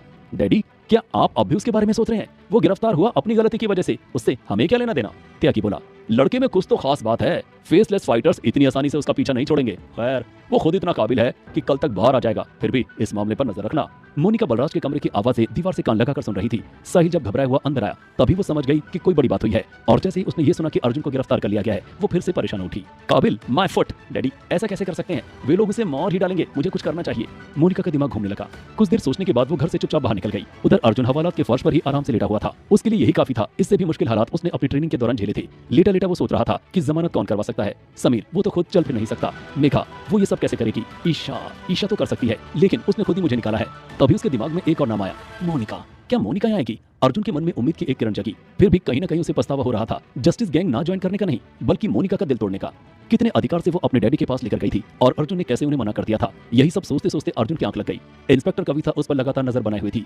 अर्जुन को सोया देखकर उसे भी हैरानी हुई। मने लगे था आजकल लोग बिना मोबाइल इंटरनेट के रह ना सके। इसने देखो आराम से कोठरी में सोया पड़ा है, कोई कंबल डाल दो रे इसके ऊपर। उसने कहा तो एक हवलदार ने जाकर अर्जुन को कंबल उड़ा दिया। उधर डॉक्टर माही रात में एक बार फिर समीर को मेडिसिन देने आई और ड्रेसिंग बदलने लगी। समीर हौले हौले कर रहा था। ये देखकर माही ने कहा, बहुत ही रफ ट्रीटमेंट किया है अर्जुन ने, मुझे लगता है कल तुम्हें हॉस्पिटल जाना ही पड़ेगा। वो समीर का घाव साफ करते हुए सोच रही थी, फिर भी बुलेट निकाल देना आसान काम नहीं है। आखिर कैसे किया अर्जुन ने ये सब? ये किसी आम आदमी के बस की बात नहीं है। ये सब कहाँ सीखा अर्जुन ने? तभी दरवाजे की घंटी बजी। समीर और माही दोनों चौंक पड़े। माही ने अपनी घड़ी देखी, रात के 1 बज रहे थे। इतनी रात को कौन हो सकता है? उसने कहा। समीर कमजोर सी आवाज में बोला, पहले देख लेना बाहर कौन है, तब दरवाजा खोलना, कहीं अर्जुन ना आया हो। माही ने हाँ में सिर हिलाया और बाहर चली गई। उसने पीप होल में से झांका, बाहर मोनिका खड़ी थी। मोनिका को उसने सुबह अर्जुन के साथ देखा था। उसने दरवाजा खोल दिया। आप इतनी रात में यहाँ? उसने चौंकते हुए पूछा। मोनिका बोली, हाय डॉक्टर, मैं मोनिका हूँ, अर्जुन की दोस्त। एक्चुअली एक जरूरी काम से यहाँ आई हूँ, मुझे समीर से मिलना है। आइए। माही उसे अंदर ले गई। मोनिका तुम? समीर भी हैरान था। मोनिका बोली, हाँ वो बात यह है कि अर्जुन को पुलिस गिरफ्तार करके ले गई है। क्या? माही और समीर ने एक साथ पूछा। ये कैसे हुआ और क्यों? दोनों सवालों पर सवाल पूछ रहे थे, लेकिन इस बात का सही सही जवाब तो किसी के पास भी नहीं था। किसके इशारे पर हुई थी ये गिरफ्तारी और क्यों? क्या अर्जुन इस बात का पता लगा सकेगा? मोनिका रात के 1 बजे डॉक्टर माही के घर चली आई थी। उसे अर्जुन की चिंता हो रही थी और इसलिए उसने समीर को इस बारे में बताना जरूरी समझा। जब समीर और माही को इस बारे में पता लगा तो वे भी टेंशन में आ गए। समीर कह रहा था, डॉक्टर माही, मुझे तो कुछ समझ में ही नहीं आ रहा है कि अब क्या करना चाहिए। अर्जुन इस मुसीबत में मेरी वजह से पड़ा है। उसकी आवाज में उसकी परेशानी झलक रही थी। वो उठकर बैठ गया। डॉक्टर माही ने उसे वापस लिटाते हुए कहा, अब इतनी रात को तो कुछ किया भी नहीं जा सकता है ना समीर, कल सुबह देखा जाएगा कि हम क्या कर सकते हैं। मोनिका बोली, अर्जुन की फैमिली या उसके जानने वालों में कोई तो ऐसा होगा कि कुछ कर सके, क्योंकि जमानत मिलना इतना आसान नहीं होगा। समीर ने जवाब दिया, फिलहाल तो मैं एक ऐसे ही पर्सन को जानता हूँ और वो हो तुम। अगर मैं कुछ कर पाती तो यहाँ नहीं आती ना, मोनिका ने चिढ़कर कहा। डॉक्टर माही इस समय सबसे ज्यादा धीरे से काम ले रही थी। वो बोली, देखो समीर, अभी तुम्हें आराम करना चाहिए और मोनिका तुम भी घर जाओ, काफी रात हो गई है। सुबह होते ही हम पुलिस स्टेशन चलेंगे, फिर देखते हैं क्या हो सकता है। मोनिका ने उसकी बात मान ली और सुबह आने का वादा करके चली गई। माही भी अपने कमरे में चली गई, लेकिन समीर की आंखों में नींद नहीं थी। तभी उसका फोन बज उठा। वो घबरा गया। इतनी रात में किसका फोन हो सकता है? कहीं अर्जुन के बारे में और कोई बैड न्यूज तो नहीं? स्क्रीन पर एक अनजान नंबर शो हो रहा था। हेलो, समीर ने डरते डरते फोन उठाया। हेलो समीर, मैं मेघा बोल रही हूँ, पहचाना? दूसरी तरफ से मेघा की आवाज सुनाई थी। समीर बोला, तुम्हें मेरा नंबर कहां से मिला और इतनी रात को तुमने फोन क्यों किया? मेघा की आवाज घबराई हुई थी। वो जल्दी जल्दी बोली, पुराने फ्रेंड्स के ग्रुप से बड़ी मुश्किल से तुम्हारा नंबर ढूंढा है। अर्जुन के फोन पर कॉल किया था, लेकिन वो किसी कांस्टेबल ने उठाया और बताया कि वो लॉकअप में बंद है। क्या हुआ है समीर? सब कुछ ठीक तो है ना? क्या क्या है अर्जुन ने? उसे पुलिस ने अरेस्ट क्यों किया? मेघा ने एक सांस में सारी बात कह दी। समीर ने 1 मिनट के लिए सोचा कि मेघा को सच बताना चाहिए या नहीं, कोई नई मुसीबत ना खड़ी हो जाए। तभी समीर को ध्यान आया कि मेघा की बॉस ईशा सरीन का इस शहर में अच्छा खासा रुतबा है और अगर वो मदद कर दे तो काम बन सकता है। उसने मेघा को सारी बात बताई। सब कुछ सुनकर मेघा कुछ देर तो चुप रही, फिर बोली, अच्छा मैं देखती हूँ मैं क्या कर सकती हूँ। तुम अपना ख्याल रखना समीर, सुबह मिलते हैं, गुड नाइट। समीर ने फोन काट दिया और सोने की कोशिश करने लगा। ईशा के बंगले में चारों तरफ कड़ी सिक्योरिटी थी, लेकिन ना जाने क्यों आज ईशा की आंखों में नींद नहीं थी। उसे अजीब सी बेचैनी महसूस हो रही थी और सारी रात करवटें बदलते बीत गई। सुबह ईशा जल्दी जाग गई और बेचैनी को कम करने के लिए बंगले के बाहर बने गार्डन में आकर टहलने लगी। क्या हो रहा है मुझे? नींद क्यों नहीं आती? सारी रात अजीब अजीब से ख्याल आते रहते हैं। ईशा परेशान हो रही थी।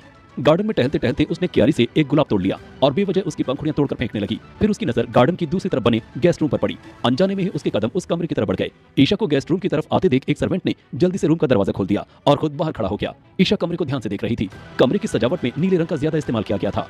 वो जाकर बेड पर बैठ गई। यहाँ तो अर्जुन रहा करता था। अचानक उसे याद आया, ईशा ने अर्जुन को अपने बंगले में ही रहने को कहा था और वे 4-5 दिन उसने इसी गेस्ट रूम में बिताए थे। ईशा एक बार फिर अर्जुन के बारे में सोचने लगी। उसने 2 बार मेरी जान बचाई, मैं कैसे भूल सकती हूँ? कहीं मैंने उसे नौकरी से निकालकर उसके साथ ज्यादती तो नहीं की?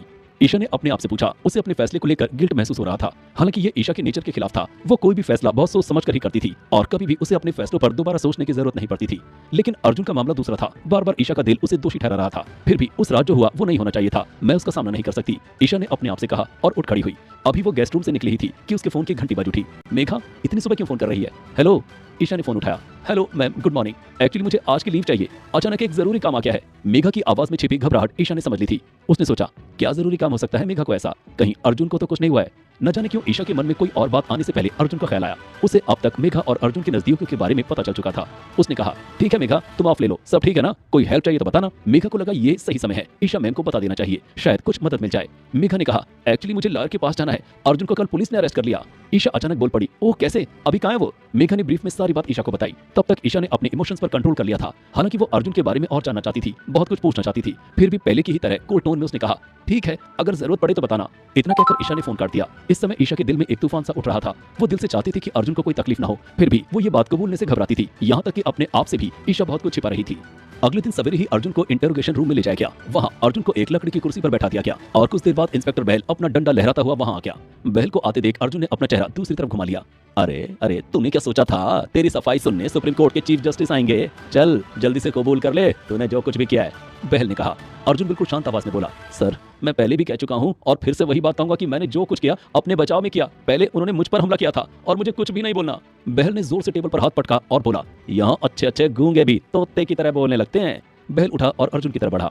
अर्जुन ने अपनी आंखें बंद कर ली। वो उम्मीद कर रहा था डंडे की आवाज आएगी, लेकिन आवाज आई एक अफसर की, कड़क और दमदार। बहल बहल चौंक कर पीछे हट गया। हकलाते हुए उसके मुंह से केवल इतना ही निकला, सर आप यहाँ? अर्जुन ने देखा कि सूट बूट पहने जो ऑफिसर अभी अभी आया था, उसे देखते ही बहल के हाथों के तोते उड़ गए। Hello mister Arjun, I am Saxena, उसने मुस्कुराकर अर्जुन से कहा। अर्जुन ने भी सिर हिलाकर हेलो कहा। सक्सेना ने बहल को फिर डांटा, बहल सबसे पहले इनके हाथ खोलो और इनसे माफी मांगो। बहल ने जल्दी से अर्जुन के हाथ खोल दिए और एक कोने में खड़ा हो गया। सक्सेना ने फिर बहल से पूछा, जिस जुर्म में तुम इनको लेकर आए थे उसके पक्के सबूत हैं तुम्हारे पास? बहल हकलाने लगा, वो सर ऐसा कोई ठोस सबूत तो नहीं है सर। सक्सेना बोला, इस तरह काम करते हो तुम? अगले साल प्रमोशन होने वाला है ना तुम्हारा, बहुत अच्छी रिपोर्ट भेजूंगा मैं तुम्हारे ऊपर। बहल के चेहरे का रंग काला पड़ गया। सक्सेना ने अर्जुन से हाथ मिलाया और कहा, आप ठीक तो है ना? मैं खुद इस केस की जांच करूंगा। आपके साथ जो ज्यादती हुई उसके लिए मैं खुद आपसे माफी मांगता हूं। अर्जुन बोला, नहीं सर मैं बिल्कुल ठीक हूं, मुझे कोई तकलीफ नहीं हुई। अर्जुन बाहर आया तो इंस्पेक्टर कविता ने उसका मोबाइल और पर्स देते हुए कहा, देख भाई कोई हार्ड फीलिंग ना रखना, यो सब तो पुलिस का काम हो गया। अच्छा ख्याल रखियो। कल के मुकाबले आज उसकी आवाज बदली हुई लग रही थी। अर्जुन को हैरानी हुई कि कल तक तो यही कविता मुंह से आग बरसा रही थी और आज फूल झड़ने लगे। उसने मुस्कुराकर कहा, नहीं मैडम कोई हार्ड फीलिंग नहीं है, मैं समझता हूँ आपकी ड्यूटी है। कविता ने उससे हाथ मिलाया और बाहर तक छोड़ने आई। जैसे ही अर्जुन थाने के बाहर निकला, दो गाड़ियां आकर उसके सामने रुक गई। एक गाड़ी मोनिका की थी और दूसरी में समीर और डॉक्टर माही। इन सबको एक साथ देखकर अर्जुन चौंक पड़ा। उसने समीर से कहा, अरे तुम सब एक साथ, तुम्हें कैसे पता चला?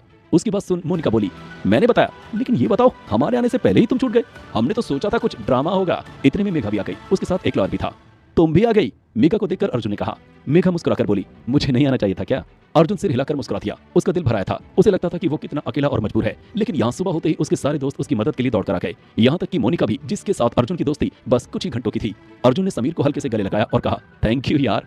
फिर लड़कियों की तरफ देखकर बोला, आप सबको भी थैंक्स, मुझे इतने जल्दी यहाँ से निकाल लिया। मेघा ने समीर की तरफ देखा और समीर ने मोनिका की तरफ। मोनिका हैरान सी होकर बोली, मुझे ऐसे क्या देख रहे हो? समीर ने कहा, क्यों तुम्ही ने तो अर्जुन को छुड़ाया है। मोनिका बोली, नहीं मैंने तो कुछ नहीं किया, मैं तो बात करने आई थी पुलिस स्टेशन। समीर ने मेघा से पूछा, फिर तुमने? मेघा बोली, मैं तो अभी लॉयर को लेकर आई हूँ तुम्हारे सामने ही। फिर ये कैसे हुआ? सबके मुंह पर एक ही सवाल था, लेकिन सबसे ज्यादा अचरज में अर्जुन था। समीर हंसते हुए बोला, अब जिसने भी छुड़ाया भगवान उसका भला करे, हमारा तो काम हो गया। चल अर्जुन अब पार्टी दे। अर्जुन ठाका मारकर हंस पड़ा। डॉक्टर माही ने कहा, समीर पहले तुम ठीक हो जाओ फिर पार्टी करना। इतना कहकर उसने समीर को गाड़ी में बैठा दिया। अर्जुन बोला, मेरे पर्स में जहर खाने के लिए भी पैसे नहीं बचे और इसे पार्टी की पड़ी है। उसकी बात सुनकर सब हंसने लगे, लेकिन ये बात बहुत गंभीर थी। नौकरी का मसला एक बार फिर अर्जुन के सामने आकर खड़ा हो गया था। उसने सोच लिया था कि हवाला से निकलते ही वो एक बार फिर काम खोजने में लग जाएगा, लेकिन क्या ये इतना आसान काम था? फेसलेस फाइटर से एक बार पंगा लेने के बाद क्या अर्जुन लगभग 10 घंटे लॉकअप में रहने के बाद बाहर तो आ गया था, लेकिन अभी बहुत सी अड़चनें उसके आसपास मंडरा रही थी, जिनमें सबसे बड़ी चुनौती थी फेसलेस फाइटर से मुकाबला। पैसे भी करीब करीब खत्म हो ही चुके थे। यही बात जब उसने अपने दोस्तों के सामने बोली तो सब हंस पड़े, लेकिन मोनिका एकदम सीरियस हो गई। अर्जुन कह रहा था, मेरे पर्स में तो जहर खाने के भी पैसे नहीं है। एक ठाका गूंजा और जब सब चुप हुए तो मोनिका बोली, तुम मेरी बात मानो तो मैं जहर के साथ साथ दाल रोटी का भी जुगाड़ कर सकती हूँ। यार तुम फिर से मुझे जस्टिस गैंग में शामिल होने के लिए कहोगी, मुझे पता है। अर्जुन ने कहा तो मोनिका धीरे से मुस्कुराई और बोली, मुझे तो समझ में नहीं आ रहा कि तुम्हारी प्रॉब्लम क्या है। मैं इतना इंसिस्ट कर रही हूँ और डैडी ने तो आज तक किसी से खुद शामिल होने के लिए नहीं कहा है। अर्जुन बोला, वो सब ठीक है, लेकिन मैं एक सीधा साधा बंदा हूँ, इन सब चीजों में पढ़ना नहीं चाहता। जल्दी से ये मसला सुलझे फिर अपनी दाल रोटी की फिक्र करूं। मेघा बीच में बोल पड़ी, अर्जुन मैं अभी चलती हूँ, काम हो ही गया तो ऑफिस चली जाऊंगी और लॉयर को भी उसके घर छोड़ना है। अर्जुन बोला, thank you so much Megha, तुम मेरे लिए इतनी परेशान हुई। अच्छा अभी जाओ, मैं फिर कॉल करके अपडेट दूंगा। मेघा ने हल्के से गले लगकर अर्जुन को बाय कहा और चली गई। माही बोली, अच्छा अर्जुन मैं भी चलती हूँ, हॉस्पिटल जाने का टाइम हो रहा है, तुम अपना ख्याल रखना। चलो समीर। समीर बोला, अब कहाँ, मैं अर्जुन के साथ जाऊंगा, ये मेरी वजह से इस मुसीबत में पड़ा है, अब इसके साथ रहना मेरा फर्ज है। समीर कार से बाहर निकल आया। अर्जुन ने उसे वापस कार में बैठाया और कहा, इतना ड्रामा करने की जरूरत नहीं है, चुपचाप डॉक्टर माही के साथ जाओ। अच्छा डॉक्टर माही, टेक केयर, तुम भी अपना ख्याल रखना। माही ने स्टीयरिंग व्हील संभालते हुए कहा। माही भी चली गई। अब सिर्फ अर्जुन और मोनिका वहां पर खड़े हुए थे। मोनिका बोली, अब तुम किस बात का इंतजार कर रहे हो, चलो मेरे साथ, वैसे भी तुम्हारी बाइक कब से मेरे घर के बाहर ही खड़ी हुई है। अर्जुन को अचानक याद आया कि उसकी बाइक तो वहां छूट गई थी जहां फेसलेस फाइटर्स के साथ उसकी लड़ाई हुई थी। वहां से तो वो मोनिका के साथ आया था, फिर उसकी बाइक मोनिका के घर कैसे पहुंच गई? क्या हुआ, क्या सोच रहे हो? तुम्हारी बाइक मैंने एक सर्वेंट को भेजकर मंगवा ली थी, थैंक मी लेटर, अब तो मेरे साथ चलना ही पड़ेगा। मोनिका के होठों पर एक शरारती मुस्कान थी। अर्जुन भी सिर हिलाकर मुस्कुरा दिया और बोला, तुम्हारा कुछ नहीं हो सकता मोनिका, तुम बहुत बहुत जिद्दी हो, चलो अब। मजबूरी वाली शक्ल बनाते हुए अर्जुन मोनिका के साथ उसकी कार में बैठ गया। कार चलाते हुए मोनिका अपनी जीत पर मुस्कुरा रही थी। जैसे ही मोनिका की कार बलराज त्यागी के बगल के घर के बाहर जाकर रुकी, साहिल बाहर निकल कर आया। कल रात की घटना के बाद वो कुछ ज्यादा ही सावधान हो गया था, लेकिन जब उसने कार से मोनिका के साथ अर्जुन को भी उतरते देखा तो उसकी त्योरियां चढ़ गई। वो अर्जुन के पास आया और बोला, क्या हुआ, कल रात तो बड़ी अकड़ में यहाँ से गए थे। अच्छा, अब समझ में आया। एक बार प्रपोजल ठुकरा दो तो सामने वाले की नजर में कीमत और बढ़ जाती है ना। अर्जुन ने उसकी बात का कोई जवाब नहीं दिया। मोनिका कुछ बोलने वाली थी तो उसे भी हाथ के इशारे से मना कर दिया। वे दोनों चुपचाप आगे बढ़ने लगे तो साहिल बोला, वापस आना ही था, बात माननी ही थी, तो नाटक करने की क्या जरूरत थी। मैं तुम जैसों को अच्छी तरह से जानता हूँ जो आगे बढ़ने के लिए दोस्ती का इस्तेमाल करते हैं। अर्जुन के पूरे शरीर में गर्मी की एक लहर दौड़ गई। गुस्से में उसकी मुट्ठियां कस गई, लेकिन लड़ाई करने का उसका मन नहीं था। अर्जुन ने तो जैसे जैसे अपना गुस्सा पी लिया, लेकिन मोनिका इस बात को सहन नहीं कर पाई और पलटकर साहिल से बोली, अपना मुंह बंद रखो और चुपचाप अपना काम करो। अर्जुन को मैं लेकर आई हूँ, वो भी जबरदस्ती। वो नहीं आना चाहता था, वैसे भी वो सिर्फ यहाँ अपनी बाइक लेने के लिए आया है। हाँ, वो तो मुझे पता ही है, साहिल ने धीरे से कहा और वापस मुड़ के अंदर चला गया ताकि पहले ही जाकर त्यागी को इन्फॉर्म कर सके। न जाने क्यों उसके मन में अर्जुन के लिए एक अजीब सी जलन पैदा हो गई थी। बलराज त्यागी ने उसे बचपन से पाला था। साहिल का त्यागी के परिवार के अलावा दुनिया में और कोई नहीं था। वो मोनिका के साथ खेल कूद कर बड़ा हुआ था। उसने हमेशा ही अपनी वफादारी साबित की थी, लेकिन जब से मोनिका अर्जुन से मिली थी उस पर जैसे जादू ही छा गया था। ऊपर से बलराज त्यागी भी अर्जुन की ही तारीफ कर रहा था। ये सब कुछ साहिल से सहन नहीं हो रहा था। फिर भी जब अर्जुन ने बलराज त्यागी का प्रपोजल ठुकराया तो उसने राहत की सांस ली। लेकिन आज सुबह सुबह अर्जुन को फिर से मोनिका के साथ देखकर वो अपनी चिढ़ छुपा नहीं पाया। मोनिका अर्जुन को लेकर भीतर पहुंची और एक नौकर को बुलाकर कहा, सांप के लिए नाश्ता लगवाओ। फिर अर्जुन की तरफ देखकर कहा, अर्जुन उधर वाला कमरा मेरा है, तुम जाकर फ्रेश हो जाओ। मोनिका ने इस अंदाज में कहा कि अर्जुन मना नहीं कर पाया। वैसे भी वो इस बड़े से बंगले की मालकिन थी और यहाँ उसी का हुक्म चलता था। फिर भी अर्जुन को बहुत अच्छा लग रहा था कि बेफिक्र से दिखने वाली ये लड़की उसकी कितनी चिंता कर रही थी। दूसरी ओर उसे थोड़ा संकोच भी हो रहा था। अब उसका खुद का तो कोई ठिकाना था नहीं और वो कब तक इस तरह दूसरों पर ही डिपेंड रहने वाला था। नाश्ते के बाद मोनिका उसे लेकर सीधे ही त्यागी के मीटिंग रूम में गई। उसे पता था कि इस समय डैडी वहीं मिलेंगे, बल्कि उसने अर्जुन को लाने से पहले उनसे परमिशन लेने की जरूरत नहीं समझी। अर्जुन को साथ में लेकर वो सीधी कमरे में दाखिल हो गई। अर्जुन एक्सपेक्ट कर रहा था कि बलराज त्यागी अभी भी अपने उस सिंहासन नुमा कुर्सी पर बैठा हुआ सिगार पी रहा होगा। उसके मन में त्यागी की वही एक इमेज छपी हुई थी, लेकिन वहां उसकी नजर एक दूसरे ही आदमी पर पड़ी। सफेद कुर्ता पजामा पहने ये आदमी बहुत ही सीधा दिखाई पड़ रहा था। अर्जुन को एक पल के लिए अपनी आंखों पर विश्वास ही नहीं हुआ कि ये वही बलराज त्यागी है जिसकी पर्सनैलिटी को देखते ही वो पहली नजर में ही घायल हो गया था। तभी मोनिका जोर से ताऊजी कहते हुए जाकर उनसे लिपट गई। हैं, ये क्या नजारा है? अर्जुन अचकचा गया। मोनिका त्यागी से ताऊजी क्यों कह रही है? तभी भीतरी दरवाजे से बलराज त्यागी निकला, पिछले दिन की ही तरह महंगा सूट बूट पहने और मुंह में विदेशी सिगार दबाए हुए। अर्जुन चकरा गया, यहाँ तक कि वो बलराज त्यागी को विश करना तक भूल गया। बलराज त्यागी अर्जुन के चेहरे पर ही जोर से हंस पड़ा और बोला, आओ आओ अर्जुन, इनसे मिलो। ये हैं मेरे 1 मिनट बड़े भाई शिवराज त्यागी। हम दोनों जुड़वाए हैं और तुम्हारी तरह बहुत से लोग इनको देखकर ऐसे ही चौंक जाते हैं कि ये डैडी को क्या हुआ, अचानक सफेद कुर्ता पजामा क्यों पहन लिया। खैर, हमारी गैंग के असली लीडर यही हैं। अर्जुन को अब जाकर थोड़ा होश आया। उसने सिर हल्का सा झुकाकर दोनों को प्रणाम किया। जीते रहो, शिवराज ने कहा। बलराज के उलट उसकी आवाज बड़ी ही सौम्य थी। बलराज त्यागी की कड़क आवाज से उसके औहदे का रौब झलकता था। बलराज ने मोनिका की तरफ देखते हुए कहा, तुम सुबह सुबह जब घर से निकली थी ना, मैं तो तभी समझ गया था कि आज तुम फिर से अर्जुन को घेर कर यहाँ ले ही आओगी। मोनिका किसी छोटी बच्ची की तरह कुनमुनाई, डैडी। त्यागी जोर से हंस पड़ा। फिर उसने शिवराज से अर्जुन का परिचय कराया। आज अर्जुन को यहाँ का माहौल कुछ अलग ही लग रहा था। ऐसा लग ही नहीं रहा था कि ये लोग इतने बड़े गैंगस्टर्स हैं, बल्कि ये किसी हैप्पी फैमिली का ही सीन लग रहा था। आखिरकार मोनिका ने उसे जस्टिस गैंग ज्वाइन करने के लिए मना ही लिया था और अर्जुन ने अपनी कुछ शर्तें रखकर उसकी बात मान ली थी। बलराज त्यागी ने उठकर अर्जुन से हाथ मिलाया और कहा, आज से तुम हमारे साथ हो और हम साथ साथ मिलकर उन फेसलेस फाइटर्स का सफाया करेंगे। अर्जुन बोला, sure sir. Oh sorry daddy. Arjun जब मोनिका के घर से निकला तो उसके दिल में एक गहरा सुकून था। उसने किसी दबाव या डर के कारण गैंग ज्वाइन नहीं किया था, बल्कि उसके दिल ने गवाही दी थी।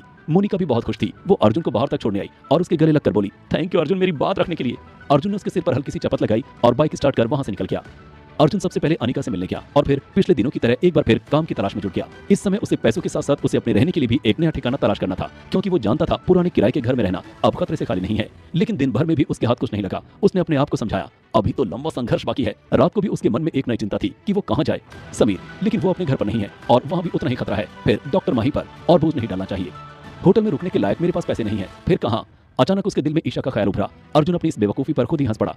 न जाने क्यों मेरे मन में बार बार उसका ख्याल आ जाता है, उसने सोचा और अपनी गाड़ी अपने इकलौते ठिकाने मेघा के घर की ओर मोड़ ली।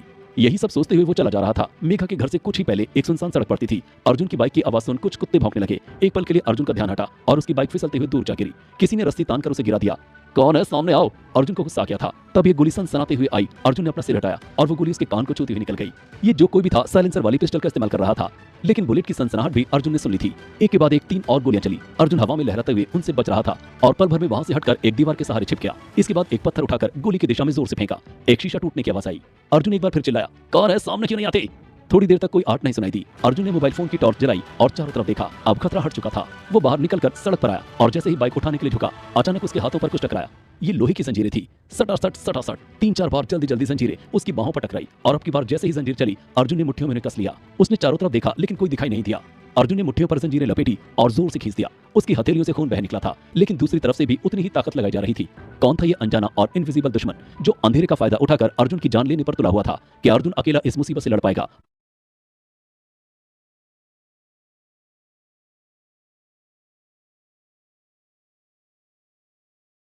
100% bonus, 200%, 600%, 1000, 1300% bonus. क्योंकि खिलाड़ी अपना भाव जानता है। सुनसान अंधेरी सड़क पर अर्जुन अकेला किसी अनजान दुश्मन से लड़ रहा था। उसकी हथेलियों से खून बह रहा था और बाहों में दर्द की लहरें उठ रही थी। अर्जुन की जगह कोई और होता और लोहे की मोटी जंजीरें उसके शरीर से टकराती तो अब तक शायद वो होश खो देता, लेकिन अर्जुन किसी तरह अपने दर्द को काबू किए हुए था। तभी उसे फिर से कार स्टार्ट होने की आवाज सुनाई दी और थोड़ी देर बाद बंद हो गई। उसने अपनी मुट्ठियों में कस रखी जंजीरों को पूरी ताकत लगाकर खींचा। किसी के गिरने की आवाज आई। ओह, एक लड़की की आवाज हवा में गूंज गई। अर्जुन ने एक बार फिर जोर लगाकर खींचा। अब की बार दो लड़कियां सड़क पर पड़ी हुई थी। उन दोनों के चेहरों पर सुनहरे मास्क थे। धुंधली रोशनी में अर्जुन ने देखा कि उन दोनों लड़कियों ने शरीर से कसी हुई ड्रेस पहन रखी थी और मास्क से अपना चेहरा ढक रखा है। फेसलेस फाइटर्स उसके मुंह से निकला। तो ये हैं असली फेसलेस फाइटर्स। पल भर में ही उन दोनों लड़कियों ने अपने आप को संभाल लिया और उठ खड़ी हुई। एक बार फिर से वे दोनों पूरी ताकत से जंजीरों को अपनी तरफ खींचने लगी थी। इधर अर्जुन ने अपने हाथ में जाकर रखी जंजीरों को छोड़ दिया और वे दोनों एक बार फिर झटका खाकर सड़क पर गिर पड़ी, लेकिन तुरंत ही संभल भी गई। इस बीच अर्जुन ने भी अपने आप को इस अनोखी लड़ाई के लिए तैयार कर लिया था। उन दोनों लड़कियों ने जंजीर फेंक दी और जोर से चिल्लाती हुई अर्जुन पर झपटी। अर्जुन ने हवा में हाथ लहराए और दोनों के सिर पर एक जोरदार मुक्का पड़ा। वे दोनों भी हार मानने वाली नहीं थी। इस जबरदस्त हमले के बाद भी लड़ती रही। फिर भी अर्जुन के सामने उन दोनों की ज्यादा देर तक नहीं चली और कुछ देर बाद अर्जुन ने उन दोनों को उन्हीं की जंजीर से कसकर बांध दिया और सड़क के एक और बैठा दिया और बोला, गजब की फाइटर्स हो तुम दोनों। अर्जुन ने अपनी बाइक उठाई और स्टार्ट करके उस तरफ चलने लगा जहां से उस पर गोलियां बरसाई जा रही थी। अर्जुन ने बाइक रोकी और बिल्कुल दबे पांव रोड के साइड में एक खाली पड़े प्लॉट में जाकर मोबाइल की लाइट जला दी। ये प्लॉट अर्जुन ने आते जाते कई बार देखा था और खाली होने की वजह से लोग आजकल इसका इस्तेमाल गार्बेज डंपिंग यार्ड की तरह करने लगे थे, जैसे कि आमतौर पर शहरों में होता है। जब कार के स्टार्ट होने और थोड़ी देर बंद होने की आवाज अर्जुन ने सुनी तो उसने आवाज की दूरी के हिसाब से अंदाजा लगा लिया था कि कार में बैठे आदमी ने उसी डंपिंग यार्ड में कार लगा ली और इस पूरी लड़ाई का नजारा वहां से देख रहा होगा। ड्राइविंग सीट पर एक जवान लड़का बैठा हुआ था जो कि अर्जुन को अपनी तरफ आते देख घबरा गया। उसने कार का दरवाजा खोला और भागने लगा। अर्जुन चीते की फुर्ती से उस पर झपटा और एक जोरदार किक मारकर उसे जमीन पर गिरा दिया। दुबला पतला सा वो लड़का अब कचरे में लौट रहा था। अर्जुन उसकी गर्दन पकड़कर चिल्लाया, अब क्यों घबरा रहा है? अपनी मौत से डर लग रहा है? अर्जुन की पकड़ उसकी गर्दन पर इतनी मजबूत थी कि वो ठीक से कुछ बोल भी नहीं पा रहा था। उसके मुंह से अजीब सी आवाजें निकल रही थी। वो लगातार अर्जुन की कलाई पर दोनों हाथों से मार रहा था। मुझे खून करने का कोई शौक नहीं है, जाकर कह देना अपने मालिक से, भाग यहाँ से। अर्जुन ने हिकारा से कहा और उसकी गर्दन छोड़ दी। गर्दन छूटती वो लड़का उठा और तीर की तरह वहां से भाग निकला। अर्जुन ने मोबाइल की रोशनी में एक बार फिर कार की तरफ देखा और उसे कुछ याद आया। अरे, ये तो साहिल की कार है। उस दिन मोनिका को बचाने वो इसी गाड़ी से तो आया था। अर्जुन ने कार के खुले हुए दरवाजे से भीतर झांका। साहिल बैक सीट के फ्लोर के यहाँ नीचे छिपा हुआ था। अर्जुन ने कहा, और जाओ साहिल, अब छिपने का कोई फायदा नहीं। साहिल धीरे से बाहर आया और गेट खोलकर अर्जुन के सामने आकर खड़ा हो गया और उसे समझाते हुए बड़े प्यार से बोला, देखो अर्जुन, मेरा इरादा। तड़ाक। वो अपनी बात पूरी कर पाता इससे पहले ही अर्जुन ने एक जोरदार थप्पड़ उसके बाएं गाल पर जड़ दिया। अर्जुन की हथेली से बह रहे खून के कारण उसके चेहरे पर अर्जुन का हाथ छप गया। साहिल इस अचानक हुए हमले से संभल नहीं पाया और उसके कान में देर तक सनसनाहट गूंजती रही। उसका दिमाग घूम रहा था। कुछ देर बाद वो नॉर्मल हुआ तो बोला, अर्जुन ये। तड़ाक। एक और थप्पड़ उसके गाल पर पड़ा, लेकिन अब की बार दाएं गाल पर। अब की बार साहिल संभल नहीं पाया और नीचे गिर पड़ा। उसे उठाते हुए अर्जुन बोला, पहले वाला सुबह की बकवास के लिए था और दूसरा वाला अभी मेरी जान लेने की कोशिश करने के लिए। अब बोल, क्या कहना चाह रहा था तू? अब नहीं मारूंगा। लेकिन साहिल अब भी शायद ठीक से समझा नहीं था। उसने अब की बार अर्जुन को समझाने के बजाय उस पर पिस्टल तान दी। आज मैं तेरा खेल खत्म कर ही दूंगा। मेरे ऊपर हाथ उठाकर तूने अच्छा नहीं किया है। अर्जुन ने हाथ ऊपर कर दिए और ड्रामेटिक अंदाज में बोला, आई एम सॉरी, मुझे मत मारो, मुझे मरने से बहुत डर लगता है। एक झटके से साहिल की पिस्टल अर्जुन के हाथ में पहुंच गई। साहिल थका हुआ सा आंखें फाड़ फाड़ कर देख रहा था। ये कैसे हुआ? उसके मन में आया। उसे कुछ भी समझ में नहीं आ रहा था। अर्जुन पिस्टल को घुमा फिरा कर देखने के बाद अपनी जेब में रखते बोला, इस छोटे से खिलौने के सहारे तू अर्जुन प्रताप सिंह की जान लेने आया था? बच्चा है तू अभी। साहिल ने हाथ जोड़कर माफी मांगते हुए कहा, मुझे माफ कर दो भाई। भाई? ओहो, अब मैं तेरा भाई बन गया। अर्जुन जोर से ठहाका मारकर हंस पड़ा, फिर बोला, खैर पिस्टल तो मिल गई। अब ये बता, ये जो इतना खून मेरा बहा है, इसका हिसाब कौन देगा? अर्जुन ने खून से लथपथ हथेलियां आगे करते हुए कहा। साहिल हकलाते हुए बोला, नहीं, तुम गलत समझ रहे हो। ये मैंने नहीं किया, मैंने तो बस तुम पर गोली चलाई थी। वो दोनों कौन थे मैं नहीं जानता। कौन थे ये बोलो कि कौन थी? खैर मुझे पता है कि उनको फेसलेस फाइटर्स ने भेजा था। अब मैं उससे हिसाब लूंगा जिसने तुझे भेजा है। अर्जुन ने अब की बार साहिल की गर्दन पकड़ ली और कार में धकेलता हुआ बोला, चल अब बलराज त्यागी उर्फ डैडी के बंगले की तरफ दौड़ा दे, मैं तेरे पीछे पीछे आता हूँ। मेरी बात तो सुनो, मैं तो। साहिल चिल्ला रहा था, लेकिन अर्जुन ने उसकी कोई बात नहीं सुनी और जाकर अपनी बाइक स्टार्ट करने लगा। लेकिन बाइक स्टार्ट नहीं हुई तो उसने किक लगाई, फिर भी कुछ नहीं हुआ तो वो समझ गया कि पेट्रोल खत्म हो चुका है। उसने बाइक लॉक की और साहिल की बगल में आकर बैठ गया और बोला, अब मैं तेरे साथ ही चलूंगा और रास्ते में तू अपनी दास्तान भी सुना देना। साहिल ने कार स्टार्ट की और बलराज त्यागी के बंगले की तरफ चल पड़ा। त्यागी के बंगले पर पहुंचकर अर्जुन पहले कार से उतरा। रात के 11 से भी ज्यादा का समय हो रहा था। अर्जुन ने देखा बलराज त्यागी और मोनिका बाहर पोर्च में ही खड़े थे। उसने साहिल को खींचकर बाहर निकाला और त्यागी की ओर धकेलता हुआ बोला, डैडी आपका ये दाव तो फेल हो गया। साहिल ने डरते हुए त्यागी की तरफ देखा और बोला, डैडी वो मैं अर्जुन के पीछे। त्यागी की आंखें गुस्से से लाल हो गई थी। कड़क कर उसने साहिल से कहा, दूर हो जाओ मेरी नजर के सामने से। अतुल ने मुझे सब कुछ बता दिया है। अतुल वही लड़का था जिसे साथ लेकर साहिल अर्जुन को मारने गया था। वो एक मामूली सा ड्राइवर था जो बंगले के छोटे मोटे काम किया करता था। अर्जुन से मार खाकर उसने पहले ही त्यागी को फोन करके सब कुछ बता दिया ताकि उसे त्यागी के गुस्से का शिकार न बनना पड़े। बलराज त्यागी ने अर्जुन को समझाते हुए कहा, जो तुम सोच रहे हो वैसा नहीं अर्जुन, मुझे इसके बारे में कुछ भी नहीं पता था। अर्जुन नफरत भरी आवाज में बोला, ये तो मान ही नहीं सकता कि नौकर मालिक की मर्जी के बिना इतना बड़ा कदम उठाए। त्यागी से इससे पहले किसी ने भी इस तरह से बात नहीं की थी। वो भी अर्जुन की बात सुनकर सन्न रह गया। आखिर गलती तो उसकी तरफ से हुई थी। वो कुछ कहने के लिए बढ़ा, तभी मोनिका आगे बढ़ी और बोली, अर्जुन डैडी सच कह रहे हैं, मुझे नहीं पता कि साहिल को तुम्हारे साथ क्या प्रॉब्लम है, लेकिन डैडी ने उसे तुम्हारे पीछे नहीं भेजा था। तुम अंदर चलो, मैं तुम्हें सब समझाती हूँ। मोनिका ने बड़े प्यार से अर्जुन की बांह पकड़कर उसे अपनी तरफ खींचा और बोली, चलो, अगर डैडी को तुम्हें मारना ही होता तो तभी मार देते जब तुम यहाँ थे, किसी को पता भी नहीं चलता। मोनिका की बात में दम था। अर्जुन ने उसकी बात मान ली। अंदर ले जाकर मोनिका ने खुद उसकी हथेली पर मेडिसिन लगाई और पट्टी बांधी। अर्जुन का दिमाग जब पूरी तरह शांत हुआ तो उसने त्यागी को सारी बात बताई कि किस तरह रात के अंधेरे का फायदा उठाकर पहले साहिल और फिर फेसलेस फाइटर्स ने उस पर हमला किया। त्यागी ने कहा, साहिल ने जो किया उसके लिए मैं फिर से तुमसे माफी मांगता हूँ। शायद मेरे लाड प्यार ने ही उसे इतना बिगाड़ दिया है कि वो किसी और को मेरे पास बर्दाश्त ही नहीं कर पा रहा था। मोनिका ने भी साहिल के बारे में अर्जुन को सब कुछ बताया तो अर्जुन को त्यागी की बात सही लगी। जलन आदमी से कई गलत काम करवा देती है। अर्जुन ने त्यागी की बात सुनकर कहा, आपकी गलती नहीं है तो आपको माफी नहीं मांगनी चाहिए, और वैसे भी मैं उम्र में आपसे बहुत छोटा हूँ, फिर भी फेसलेस फाइटर्स के साथ क्या करना है अब ये सिर्फ मैं ही डिसाइड करूंगा। बिल्कुल, और मेरा पूरा सपोर्ट तुम्हारे साथ है, त्यागी ने कहा। फिर एक नौकर को इशारा किया। वो अंदर से त्यागी की चेकबुक ले आया। त्यागी ने एक चेक भरा, साइन किया और अर्जुन की तरफ बढ़ाते बोला, आज से तुम हमारी गैंग के ऑफिशियल मेंबर हो। अपने रहने का बंदोबस्त कर लो, और जब तक कोई ठीक ठाक जगह नहीं मिल जाती है तब तक तुम यहीं मेरे बंगले में रह सकते हो। अर्जुन एक पल के लिए झिझका, फिर चेक ले लिया। उसे इस वक्त पैसों की सख्त जरूरत थी और फिर अब वो ऑफिशियली त्यागी के लिए काम करने वाला था तो पेमेंट तो बनती ही थी। लेकिन चेक पर नजर डालते ही अर्जुन को एक झटका लगा, 50 लाख। फिर भी अपनी हैरानी छिपाते हुए उसने चेक चुपचाप अपनी जेब में रख लिया। अब जाओ, आराम करो, त्यागी ने कहा। गुड नाइट डैडी, अर्जुन बोला और उठ खड़ा हुआ और मोनिका से बोला, गेस्ट रूम कहाँ है? ओहो, तो तुम गेस्ट रूम में रहोगे? मोनिका ने आंख मारकर कहा तो अर्जुन ने उसकी नाक खींचते हुए कहा, हाँ और क्या, बदमाश लड़की, तुम भी सो जाओ जाकर। मोनिका खिलखिलाकर हंस पड़ी और अर्जुन को गुड नाइट बोलकर चली गई। आज अर्जुन जब बिस्तर पर लेटा तो उसके दिमाग में काफी हलचल थी, लेकिन एक सुकून भी था। अब उसके पास पैसा था और पैसा वैसे भी बहुत सी मुश्किलों को आसान कर देता है। हलचल आने वाले वक्त को लेकर थी जो शायद और ज्यादा मुश्किल होने वाला था। इन ख्यालों के बीच एक ख्याल अचानक से उसके दिमाग में आया, क्या ईशा को कभी अपनी गलती का एहसास होगा? अर्जुन चौंक कर उठ बैठा। ये क्या सोच रहा हूं मैं? क्यों अर्जुन को बार बार ईशा का ख्याल आ जाता है? क्या फिर से दोनों के रास्ते एक होने जा रहे थे? देश की राजधानी